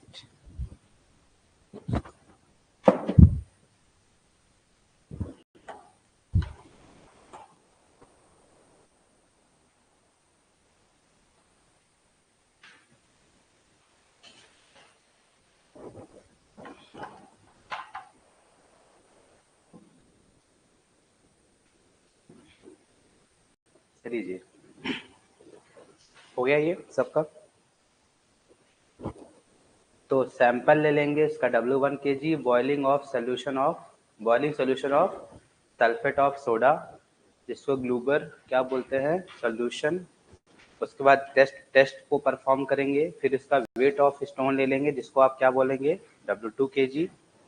फिर इसका लॉस ऑफ वेट निकाल लेंगे, और वही लॉस ऑफ वेट क्या रिप्रेजेंट करेगा, फ्रॉस्ट रेजिस्टेंस। ठीक है, चलिए नेक्स्ट हेडिंग बनाइए क्रिस्टलाइन टेस्ट। नेक्स्ट हेडिंग बनाइए crystalline test. Yes, next heading बनाइए क्रिस्टलाइन टेस्ट, और इसमें बस यही लिख लीजिए, to check durability of the stone. Crystalline test लिखिए और उसमें डायरेक्ट डाल दीजिए to check durability of stone, to check durability of stone. और नोट बना के लिख लीजिए, क्रिस्टलाइन टेस्ट लिखिए, उसमें डायरेक्ट लिख लीजिए to check durability of stone. Durability of stone को हाईलाइट कर लीजिएगा जैसे मैंने किया है जगह। उसके बाद नोट बना के लिख लीजिएगा IS 1126, एक second, IS 1126 is use for crystalline test. IS 1126 is use for crystalline.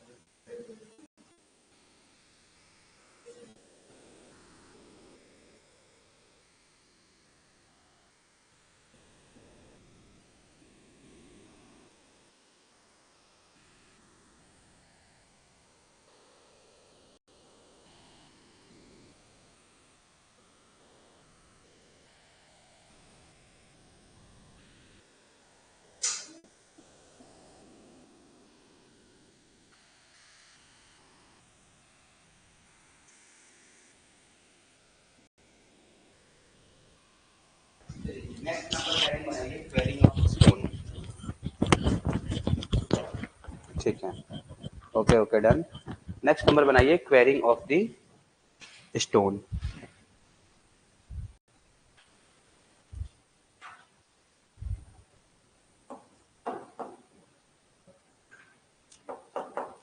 Quarrying of stone.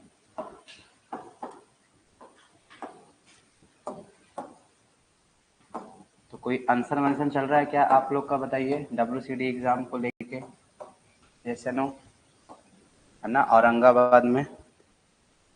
चलिए अच्छी बात है, करना भी चाहिए, ठीक है। क्वेरिंग ऑफ स्टोन क्या है, ठीक है, इसको हम समझते हैं और कैसे काम करेंगे इसके बारे में। देखिए सुनिए, तो क्वेरिंग ऑफ स्टोन क्या है और हम इसको कैसे जस्टिफाई करेंगे अब ये समझते हैं, ठीक है। अब देखो सुनो ध्यान से, दो तीन बातें आपको समझनी है, सारी बातें नहीं लिखनी है इसमें। अच्छा, स्टोन जो है ये क्या है, एक स्टोन एक बिल्डिंग मटेरियल है, यस या नो, स्टोन एक बिल्डिंग मटेरियल है, मैं शुरू से बता रहा हूँ। और स्टोन एक बिल्डिंग मटेरियल, साथ साथ ये एक और प्रॉपर्टी है जो कि कैसा है, नेचुरल है ना। स्टोन कैसा बन रहा है, नेचुरल बन रहा है। तो इट मीन्स दैट इसको आपको क्या करना पड़ेगा, ऑब्टेन करना पड़ेगा, है ना। इसको बनाना नहीं पड़ेगा, ये बना नहीं सकते हैं। ब्रिक का आप क्या कर सकते हैं, मैन्युफैक्चरिंग प्लांट बना सकते हैं, जैसे अभी मैं सिखाऊंगा कैसे बनाते हैं। मतलब ब्रिक का बिजनेस कर सकते हैं प्लांट लगा के। बट स्टोन के लिए आपको क्या करना पड़ेगा, इसको क्या करना पड़ेगा, नेचर से निकालना पड़ेगा। यस, क्योंकि क्या है, ये नेचुरल मटेरियल है, दैट्स वाई ये जो प्रोसेस है सर, ठीक है ओके। तो उसके बाद हाँ, उसके बाद क्या बोल रहा था मैं आपको, क्या बोल रहा था, ध्यान ध्यान से सुनिए। तो ये जो क्वेरिंग वर्ड है, इसका मतलब क्या होता है, स्टोन को निकालना। कहाँ से, इन द रॉक से। The process of obtaining stone from rock is known as the quarrying, ठीक है। अब देखिए कैसे करते हैं, इसकी एक छोटी सी स्टोरी है ना, वो स्टोरी आपको सुननी है, लिखनी नहीं है, ठीक है। मेथड मैं आपको लिखा दूंगा। अब देखिए क्या है, कैसे करते हैं, मजेदार कहानी है, इसको सुने रहेंगे, याद रहेगा हमेशा, ठीक है। जैसे ये आपके पास में क्या है, क्या है ये सब, ये सब माउंटेन्स है ना। अब इन माउंटेन से आपको क्या करना है, स्टोन को बाहर निकालना है। तो आपको पता है एक टेक्निक जिसका नाम क्या है, ब्लास्टिंग, है ना। तो अब आप क्या करोगे, इसमें बम लगाने की तैयारी करेंगे। बम लगाते हैं, ब्लास्ट करते हैं, और ब्लास्ट करते हैं तो पूरा स्टोन क्या होता है, टूट के बाहर आ जाता है। तो ऐसा नहीं कि कहीं भी बम लगा के आ जाते हैं, ऐसा हम नहीं करते हैं। हम क्या करते हैं, सबसे पहले अपने बड़े ऑफिसर्स को भेजते हैं, और बड़े ऑफिसर्स जाते हैं और चेक करते हैं कि कहाँ लीस्ट रेजिस्टेंस लाइन है। मतलब जैसे आपको अगर कोई चीज तोड़नी है तो आप पहले देखते हो ना कि कहाँ से इसको मारूं तो कि दो पार्ट में इक्वल पार्ट चला जाए। यस, अगर बहुत सॉलिड रहेगा तो आप वहां से नहीं वार करोगे। ऐसे ही पूरे रॉक को हम क्या करते हैं, ऑब्जर्व करते हैं। मतलब ये देखो ध्यान से, एक रॉक ये आया है, एक रॉक, एक मीन्स दैट ये वाला पॉइंट क्या हो गया, वीक हो गया। क्यों क्यों वीक हो गया, क्योंकि दो जॉइंट आ गए। ऐसे ही हम क्या करते हैं, इसमें जितने भी फॉल्ट एंड डाइक, जहां दो रॉक आपस में जुड़े हुए हैं या जहां से ये बहुत वीक है, तो हम वो लाइन सेलेक्ट करते हैं, ठीक है। और उस लाइन को टेक्निकली बोला जाता है लीस्ट रेजिस्टेंस लाइन। समझते हैं कोई, ये वाली जो लाइन है आपकी, जो ये पर्टिकुलर मैंने लाइन दिखाई, ये आपकी क्या है, ये है आपकी लीस्ट रेजिस्टेंस लाइन है। क्या है, लीस्ट रेजिस्टेंस लाइन, ठीक है। ये क्या है, आपकी लीस्ट रेजिस्टेंस लाइन है। मतलब इसी लाइन के अकॉर्डिंग ये जो माउंटेन है बहुत वीक है, तो मैं सारा जितना भी एक्सप्लोजिव लगाने की तैयारी करूंगा वो इसी लाइन के अकॉर्डिंग लगाऊंगा। व्हाट, क्यों, क्योंकि क्योंकि ये रॉक यहाँ से इजिली क्या हो जाएगा, टूट जाएगा। तो मैं यहाँ क्या करूंगा, अपना बम लगाने की तैयारी करूंगा। देखिए कैसे लगाते हैं बम को। सबसे पहले क्या करते हो आप, इसमें ड्रिल करते हो। आपने पढ़ा है ना, टनल मैंने पढ़ाया है, उसमें मैंने बहुत डिटेल में पढ़ाया ये चीजें। तो अगर आप क्या सबसे पहले क्या करेंगे, आप ड्रिल करेंगे। यस, और ड्रिल करने के बाद मतलब बोरिंग करेंगे, और ड्रिलिंग करने के बाद आप इसमें क्या चीज करेंगे, जो भी आपके पास में एक्सप्लोजिव है उस एक्सप्लोजिव को यहाँ पास क्या क्या चीज करेंगे, आप रखेंगे। और एक एक्सप्लोजिव रखेंगे, दूसरी बार क्या क्या करेंगे, उसको टेम्पर्ड करेंगे। फिर एक्सप्लोजिव रखेंगे, फिर उसको टेम्पर्ड करेंगे, फिर टेम्पर्ड समझते हो ना, उसको क्या करेंगे, कूटने वाली प्रोसेस है ना। और धीरे धीरे धीरे धीरे हम क्या चीज करेंगे, इसको पूरा क्या करेंगे, फिल कर देंगे। तो सबसे पहले आपने क्या किया डियर, सबसे पहले आपने आपने क्या किया, ड्रिलिंग किया। ड्रिलिंग करने के बाद क्या किया, एक्सप्लोजिव रखा, तो उसको आप टेक्निकली क्या बोलते हैं, चार्जिंग, है ना। चार्जिंग मतलब एक्सप्लोजिव लगाना। चार्जिंग के बाद फिर आपने आपने क्या किया सर, टेम्परिंग, टेम्परिंग मतलब उसको क्या करना, उसके वॉल्यूम को इन द, तभी तो ब्लास्ट होगा और ज्यादा साउंड क्रिएट करेगा, ज्यादा वॉल्यूम देगा। तो हमने इसकी टेम्परिंग तक प्रोसेस ओके कर रखी है। और ऐसे नंबर्स ऑफ मैंने क्या बना रखे हैं, होल्स बना रखे हैं। ऐसे ऐसे हमने क्या किए हैं, नंबर्स ऑफ क्या बना रखे हैं, होल्स बना रखे हैं, 1 2 3 4 ऐसे करके मैंने आपको बना रखा। ठीक है, और सबके अंदर सेम सेम प्रोसेस की हुई है। ठीक है, क्लियर हो गया सबको। तो अब बारी आई किसकी, अब बारी आई आपके पास किसकी, टेम्परिंग की नहीं, अब बारी आई किसकी, इसकी ब्लास्टिंग की, मतलब फायरिंग की। कहने का मतलब किसकी बारी आई है, फायरिंग या ब्रैकेट में ब्लास्टिंग लिख देता हूँ, है ना। अब आपको क्या करना है, इसको ब्लास्ट करना है। तो ब्लास्ट करने के लिए ऐसा नहीं कि लग गया और आग लगा के भाग गए, ऐसा बिल्कुल नहीं करना है। कैसे करने हैं, इसके पीछे की एक तैयारी होती है, वही तैयारी आपको सुनना है। तैयारी कैसी होगी, जिस भी जगह पे ये ब्लास्टिंग होगा उसके 1 हफ्ते पहले या 2 हफ्ते पहले जो भी न्यूज़पेपर इस एरिया का है, उस न्यूज़पेपर में आपको क्या करना पड़ेगा, इसका एडवर्टीजमेंट निकालना पड़ेगा कि फला लोकेशन पे इतनी तारीख को इतने बजे ब्लास्टिंग प्रोसेस होने वाली है। दूसरा क्या करोगे, अब वो दिन आ गया जिस दिन ब्लास्टिंग करनी है, तो आप क्या चीज करोगे, अगर यहाँ से कोई हाईवे जाती है इसके बगल से, बट ऑब्वियस सी बात है माउंटेन के बगल से हाईवे जा सकती है, तो उस दिन के लिए उस ट्रैफिक को आप क्या क्या करेंगे, यहाँ से ब्लॉक कर देंगे। ठीक है, कि मतलब आज यहाँ से ट्रैफिक नहीं जाएगी क्योंकि यहाँ से क्या होने वाला है, ब्लास्टिंग होने चाहिए।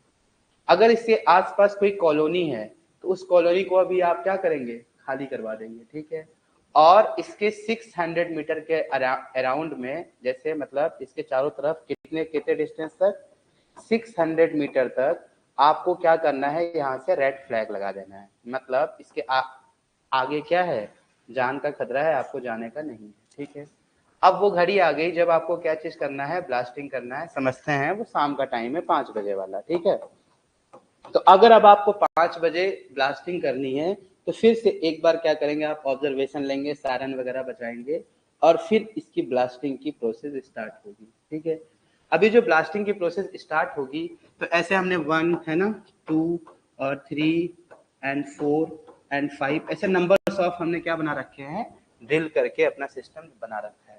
तो अब आप बताइए, जब ब्लास्टिंग प्रोसेस होगी आप एक साथ ब्लास्ट कर देंगे कि स्टेप बाय स्टेप स्टेप करेंगे। दो प्रोसेस है, आप एक साथ ब्लास्ट करेंगे पूरे के पूरे को या फिर स्टेप बाय स्टेप करेंगे, सोचिए किसमें फायदा होगा। स्टेप बाय स्टेप करने में फायदा होगा कि एक साथ धमाका कर दूं तब, बताइए फायदा होगा। बताइए कैसा प्रोसेस, कैसी लेंगे ब्लास्टिंग की, आपको कैसा करना है, बताइए, कोई जवाब दीजिए। स्टेप बाय स्टेप करेंगे या फिर एक साथ कर देंगे सारे जितने भी नंबर्स ऑफ आपके पास में ड्रिल हुए हैं, एट वंस कर देंगे, है ना। ठीक है, अगर आप एट वंस कर देंगे तो दिक्कत होगी। ऐसा क्यों दिक्कत होगा, क्योंकि ये क्या है, बहुत हैवी एक्सप्लोजिव है। इनको आपको पता लगाना है कि ये ब्लास्ट हुए कि नहीं हुए। एक साथ अगर आप कर दोगे धड़ाम से आवाज आएगी, बात खत्म, है ना, नहीं पता चला कि कितना नंबर ऑफ में हुआ है। लेकिन अगर आप बारी बारी से करेंगे तो पहला वाला ब्लास्ट करिए, जब उसकी आवाज आ जाए तब आप क्या करिए, दूसरा वाला करिए। तो मतलब ये भी हो गया, फिर तीसरा वाला करिए, फिर चौथा वाला करिए। तो इससे क्या होगा, कोई भी ट्रेजेडी या फिर कुछ भी ऐसा नहीं होगा कि कोई एक मिस हो गया। तो जब भी आप देखते हो, जैसे आप कभी देखे होगे टीवी वगैरह में जो ये स्ट्रक्चर गिराते हैं, तो उसमें कंटिन्यूअस आवाज आती है ना। ऐसा नहीं होती कि एक साथ धमाका आया और खत्म हो गया, ब्लास्ट हो गया, है ना। वो एक सीरीज में क्या होते हैं, ऐसे ब्लास्ट होने जाते हैं। इसका मीन्स यही है कि आपको नंबर्स में क्या करना है, उसको करना, ताकि आपको पता चले कि पर्टिकुलर सारे जितने भी हमारे एक्सप्लोजिव थे वो ब्लास्ट हो गए हैं। तो आपको कैसे करना है, इसको स्टेप बाय स्टेप करना है। तो ये सारी प्रोसेस इसके इसके करने के बाद ये सारा जो स्टोन है वो क्या हो जाएगा, बाहर आ जाएगा। तो बाहर आ जाएगा तो आपको क्या मिलेगा, स्टोन मिलेगा, जिसको बोलते हैं फ्रेश स्टोन। कैसा स्टोन रहेगा वो, फ्रेश स्टोन रहेगा। मीन्स दैट उसमें सैप की मात्रा बहुत ज्यादा रहेगी। सैप मतलब उसके अंदर मॉइस्चर कंटेंट बहुत ज्यादा रहेगा। अब इस फ्रेश स्टोन के लिए आपको क्या होता है, इसके नेक्स्ट बाद आप इसकी क्या प्रोसेस करते हैं, ड्रेसिंग। ठीक है, तो पहले यहाँ तक कर लेते हैं फिर आगे समझते हैं। ठीक है, तो हेडिंग बना लिया होगा आपने,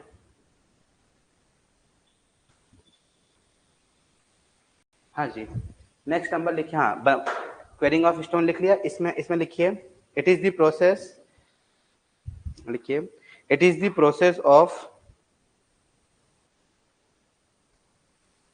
देखिए, it is the process of production of natural stone.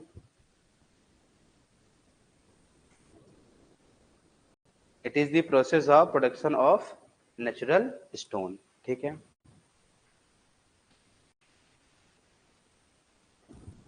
It is the process of production of natural stone. तो ऐसा आप बना लेना कि रॉक है और रॉक से आपने आपने क्या कर दिया है, क्वेरिंग। क्या कर दिया आपने, क्वेरिंग। तो आपको क्या मिल गया है, स्टोन।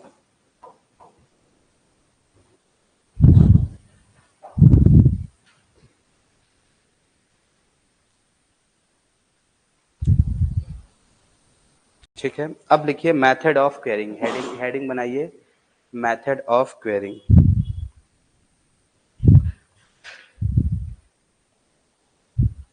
इसमें बनाएंगे method of quarrying. Number 1, excavating या फिर डिगिंग। मेथड ऑफ क्वेरिंग में सबसे 1 एक्सकेवेटिंग और डिगिंग। तो कभी कभी देखिए, जैसे जो आपने देखा होगा, जो रिवर के पास में जो स्टोन निकालते हैं, कैसे नहीं निकालते, वहां भी ब्लास्ट करते हैं क्या? नहीं, वो 8-9 लेबर्स लगे रहते हैं और वो छीनी हथौड़ी से क्या करते हैं, उसको काट काट के बाहर निकालते। तो कौन सी मेथड है वो, एक्सकेवेटिंग मेथड है। तो इसमें लिख लीजिए, it is suitable for loose rock. Number 1 कौन सा लिखेंगे आप, एक्सकेवेटिंग या फिर डिगिंग। उसमें आप नीचे लिखिए, it is suitable for the loose rock. फिर नेक्स्ट लिखिए वेजिंग। नेक्स्ट मेथड कौन सी है, वेजिंग। पहली मेथड है एक्सकेवेटिंग, दूसरी मेथड है आपके पास में वेजिंग। इसमें लिखिए, it is suitable for soft and stratified rock. Waging मतलब क्या होता है मालूम है, ऐसे वेजेस निकालना, जैसे पेजेस होते नहीं, जैसे आपके कॉपी के पेज ऐसा लगातार क्या है, लेयर वाइज लेयर जमे हुए हैं। तो इसको कैसे करना अच्छा रहेगा, इसको आप 1 बाई 1 1 बाई 1 1 बाई 1 क्या करो, निकालो। इसी प्रोसेस को बोलते हैं वेजिंग। ठीक है, ठीक है। तो ये किसके लिए सुटेबल है, it is suitable for soft and stratified rock. ठीक है, जैसे कोटा स्टोन वगैरह, जयपुर में जो कोटा स्टोन निकलता है, उसमें ब्लास्ट कर दोगे तो कोटा स्टोन क्या हो जाएगा, खत्म हो जाएगा, वो तो टुकड़ों में हो जाएगा। तो इसके लिए आपको क्या करना पड़ेगा, वेजिंग प्रोसेस ही करनी पड़ेगी। नेक्स्ट नंबर लिखिए हीटिंग। नेक्स्ट प्रोसेस लिखिए हीटिंग। इसमें लिखिए, it is suitable for small and it is next लिखिए हीटिंग, उसमें लिखिए, it is suitable for small and regular block of stone. It is suitable for small and regular block of stone such as granite and gneiss. Heating में लिखेंगे, it is suitable for small and regular blocks granite and gneiss. ठीक है, उसके बाद next number लिखिए blasting. Next number लिखिए blasting. तो blasting में क्या होगा, it is suitable for the compacted igneous rock. It is suitable for the compacted igneous rock.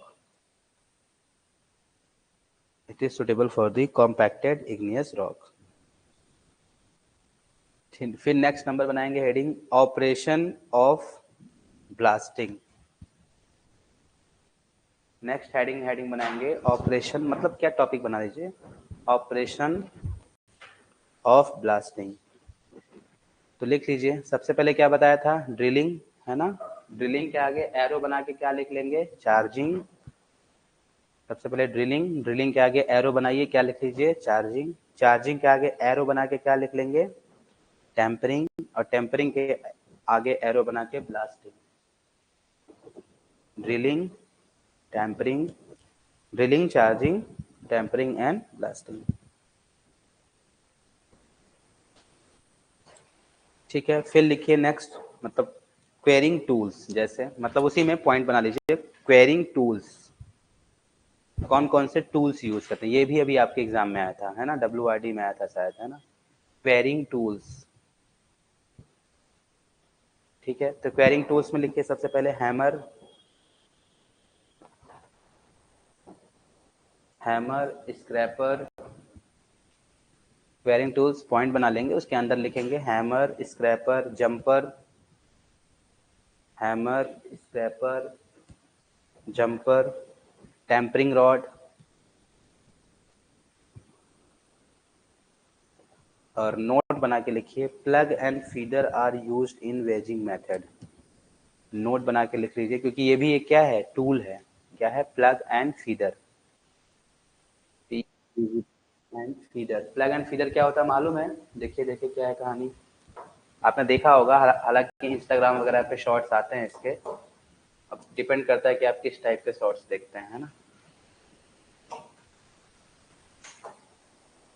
देखिए जैसे आपको इस रॉक को अगर ब्रेक करना है ना, तो सबसे पहले क्या चीज करते हो आप, इसमें एक ऐसा सर्कल का ऐड कर दीजिए और इसमें कुछ ऐसा ऐड कर दीजिए। देखिए ये क्या है, ये जो आपके पास में सॉलिड पोर्शन है, इसको आप क्या बोलोगे plug. This is known as plug. जो इसके सपोर्ट में आपने इधर लगाया है, इसको आप बोल देंगे फीडर। तो plug and feeder are used in wedging method, ऐसा लिख लीजिए, ठीक है। नोट बना के क्या लिख लेंगे, plug and feeder is used in wedging method. Tools है, ठीक है। टूल्स रिपीट करिए सर, ठीक है, बिल्कुल रिपीट कर देते हैं। सबसे पहले लिखिए हैमर, हैमर के बाद लिखिए स्क्रैपर, स्क्रैपर के बाद लिखिए jumper, JUMPER। Hammer, scraper, jumper और लास्ट में क्या लिखा आपने, टेम्परिंग रॉड, ठीक है। Hammer, scraper, jumper, tampering rod. उसके बाद नोट बना के लिखिए प्लग एंड फीडर, ये भी क्या है, टूल है। तो plug and feeder is used in wedging method, ठीक है। और लास्ट में लिखिए क्वांटिटी ऑफ स्टोन, लास्ट में लिखिए क्वांटिटी ऑफ स्टोन। तो क्वांटिटी ऑफ स्टोन कितना निकलता है, क्वांटिटी ऑफ स्टोन एनीवन, किसी को पता है? अगर जब आप ब्लास्टिंग प्रोसेस करते हैं तो जो क्वांटिटी ऑफ स्टोन होता है वो होता है L स्क्वायर डिवाइड में 0.08, वेयर L क्या है, length of least resistance line, length of least resistance line. पूरा लिख देता हूँ मैं, दिक्कत हो जाएगी। लीस्ट रेजिस्टेंस लाइन, जमा लीजिए इसको। ये क्या है, क्वांटिटी ऑफ स्टोन है।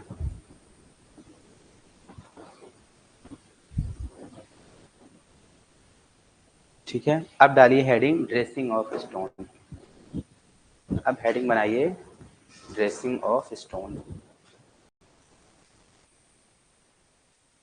ठीक है।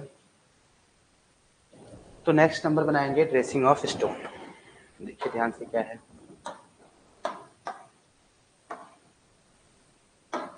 Dressing of stone. अगर ड्रेसिंग ऑफ स्टोन के बारे में आप डिस्कस करना चाहते हैं तो देखिए क्या है इसमें। सबसे पहले आपके पास में क्या था, रॉक था, है ना। इस रॉक को आपने क्या कर दिया सर, क्वेरिंग कर दिया। क्या कर दिया, इसकी क्वेरिंग कर दी। तो क्वेरिंग कर दिया तो आपको क्या मिल गया सर, स्टोन मिल गया। और ये कैसा स्टोन था, फ्रेश स्टोन था। और साथ ही साथ कैसा रहेगा, ये इरेगुलर शेप का रहेगा। ब्लास्टिंग होने के बाद रेगुलर शेप आना तो पॉसिबल है क्या, नहीं है। तो ये कैसे हैं, इरेगुलर स्टोन है। इनको हम क्या बोलेंगे, इरेगुलर स्टोन। अब इस इरेगुलर स्टोन को आपको क्या करना है, रेगुलर स्टोन में कन्वर्ट करना है। तो आपको एक प्रोसेस देनी पड़ेगी जिसको टेक्निकली क्या बोला जाता है, ड्रेसिंग। जब आप ड्रेसिंग लेंगे तो ये जो इरेगुलर स्टोन है ये किस में कन्वर्ट हो जाएगा, ये कन्वर्ट हो जाएगा किसमें, रेगुलर स्टोन में। ये किस में कन्वर्ट हो जाएगा, रेगुलर स्टोन में। इसी प्रोसेस को बोला जाता है ड्रेसिंग। इसी प्रोसेस को क्या बोलते हैं, ड्रेसिंग ऑफ स्टोन। लिखिए इसमें ड्रेसिंग ऑफ स्टोन, हेडिंग बना लीजिए, उसमें लिखिए dressing is an operation, dressing of stone heading बना लीजिए, उसमें लिखिए dressing is an operation in विच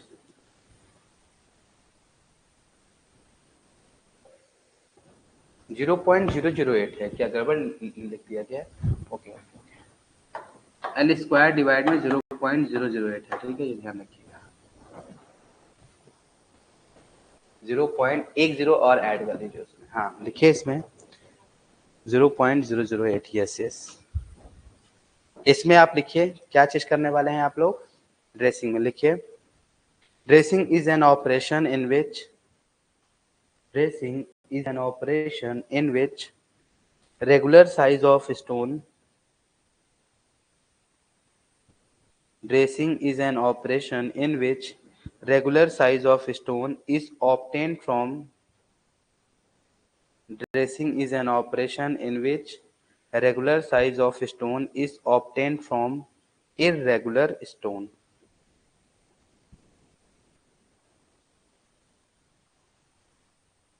ठीक है, उसके बाद ये डायग्राम बना लेंगे।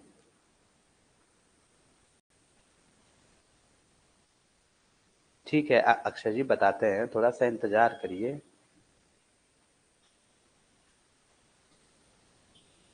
ठीक है,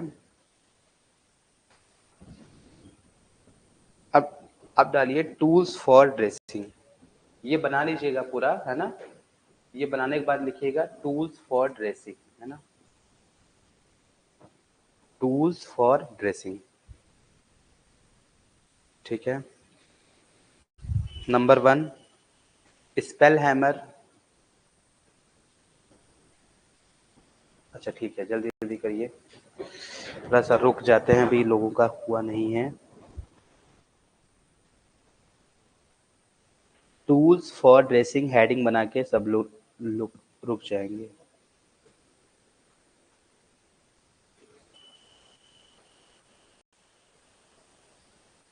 ठीक है, अब ड्रेसिंग करना है तो अलग अलग टूल्स हमको रिक्वायरमेंट होगा, है ना। उन्हीं टूल्स की हम यहाँ पास क्या देखेंगे, लिस्ट आपको देखनी है। तो सबसे पहले आपने किसका देखा, स्पेल हैमर। मतलब बना लीजिए, फिर मैं लिखाता हूँ एक एक करके सारा।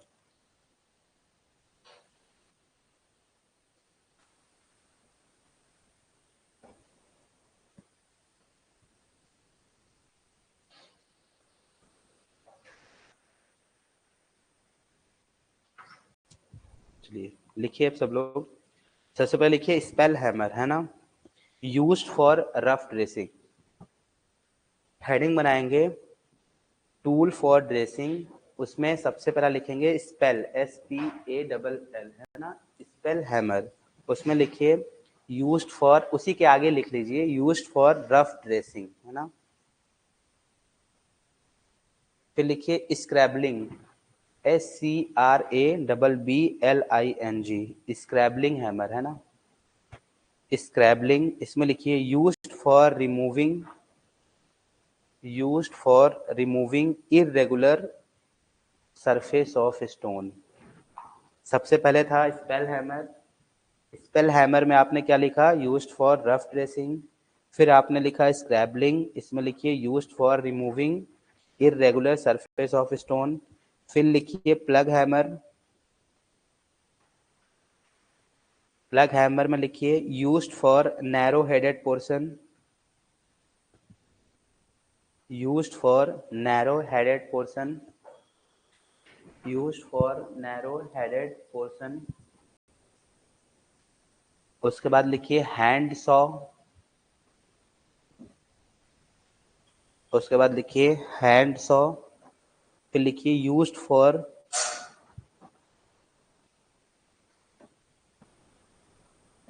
For soft rock. फिर लिखिए cross cut saw, used for hard rock. Hand saw में क्या लिखा आपने, यूज्ड फॉर सॉफ्ट रॉक, ठीक है। और क्रॉस कट सॉ में क्या लिखा, यूज्ड फॉर हार्ड रॉक, ठीक है। फिर लिखिए frame saw, frame saw SAW, है ना।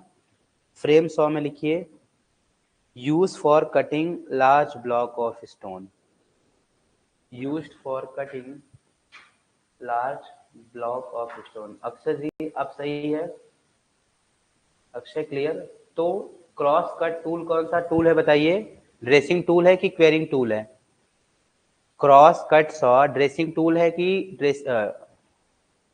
क्वेरिंग टूल है, बताइए क्या है। अरे मैं क्रॉस कट सॉ पूछ रहा हूँ भाई साहब। अभी जस्ट लिखा थोड़ी देर पहले। क्रॉस कट सॉ क्या है? ड्रेसिंग टूल है ना। आप अभी कौन सा टूल लिख रहे हैं? ड्रेसिंग है तो फिर क्वेरिंग क्यों बोल रहे हो? क्वेरिंग टूल तो लिखवा दिया ना पहले ही, जंपर, स्क्रैबर है ना, वो सब लिखवा रखा है। ये ऐसी क्वेश्चन पूछेगा कि क्रॉस कट सा कहाँ यूज करते हैं? ड्रेसिंग में यूज करते हैं कि क्वेरिंग में यूज करते हैं? हैंड सॉ कहाँ यूज करेंगे? ड्रेसिंग में, लेकिन किसके लिए? सॉफ्ट के लिए, ठीक है। और बताइए स्क्रैबलिंग हैमर कहाँ यूज करेंगे? ये भी कहाँ यूज करेंगे? ड्रेसिंग के लिए, है ना।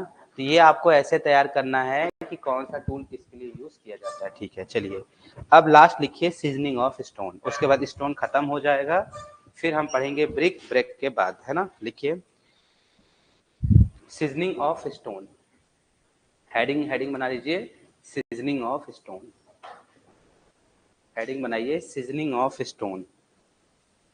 अब सीजनिंग क्या है? अभी जस्ट मैंने आपको बताया है ना कि जब आप स्टोन को क्वेरिंग करेंगे तो उसमें क्या रहेगा? सैप रहेगा, अभी जस्ट डिस्कस किया था।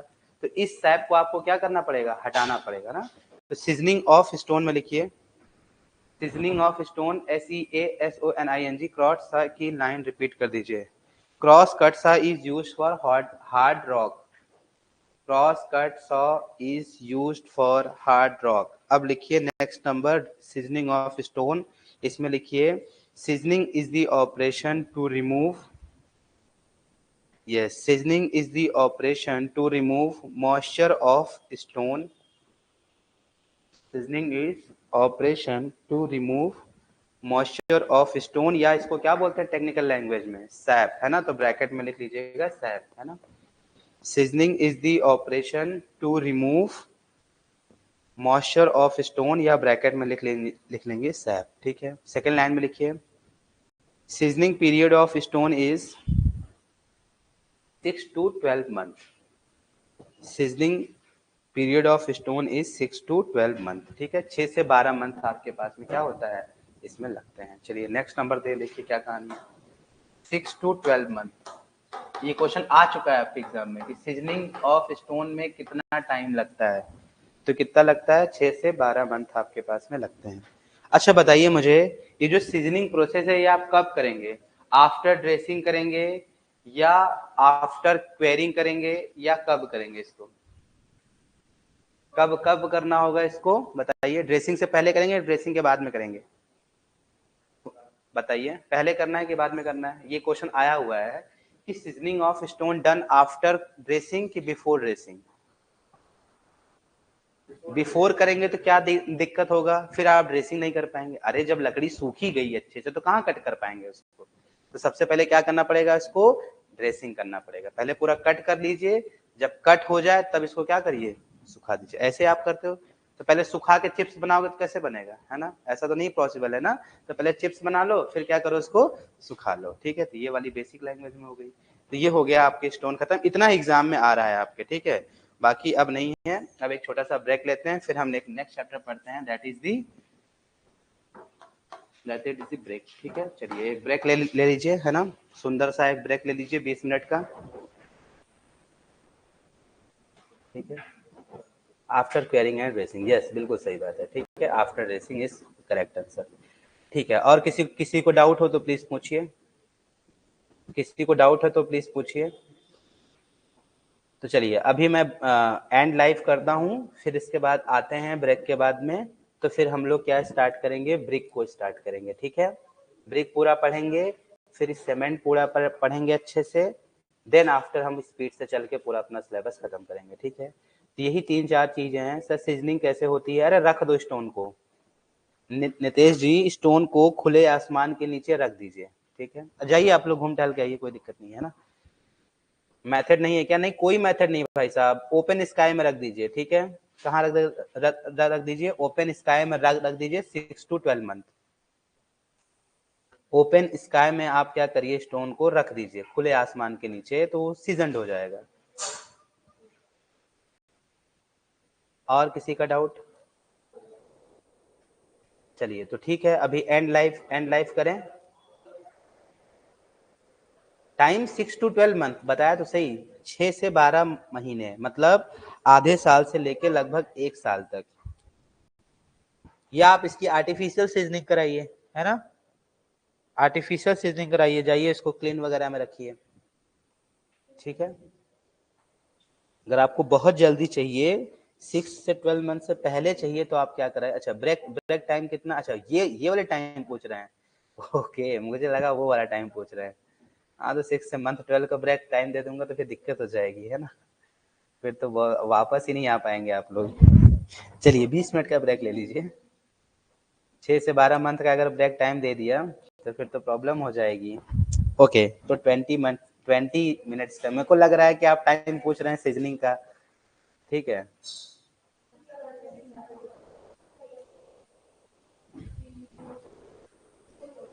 तो ब्रेक ही ब्रेक हो जाएगा पूरा हर तरफ। चलिए जी, कोई कोई बात नहीं, जाइए नाश्ता वास्ता करके आइए अच्छे से, फिर अपन नेक्स्ट प्रोसीड करते हैं। थर्ड टूल फॉर ड्रेसिंग कौन सा है, थर्ड टूल फॉर ड्रेसिंग भैया बताओ संजय जी को कौन सा है, मेरे को याद नहीं है।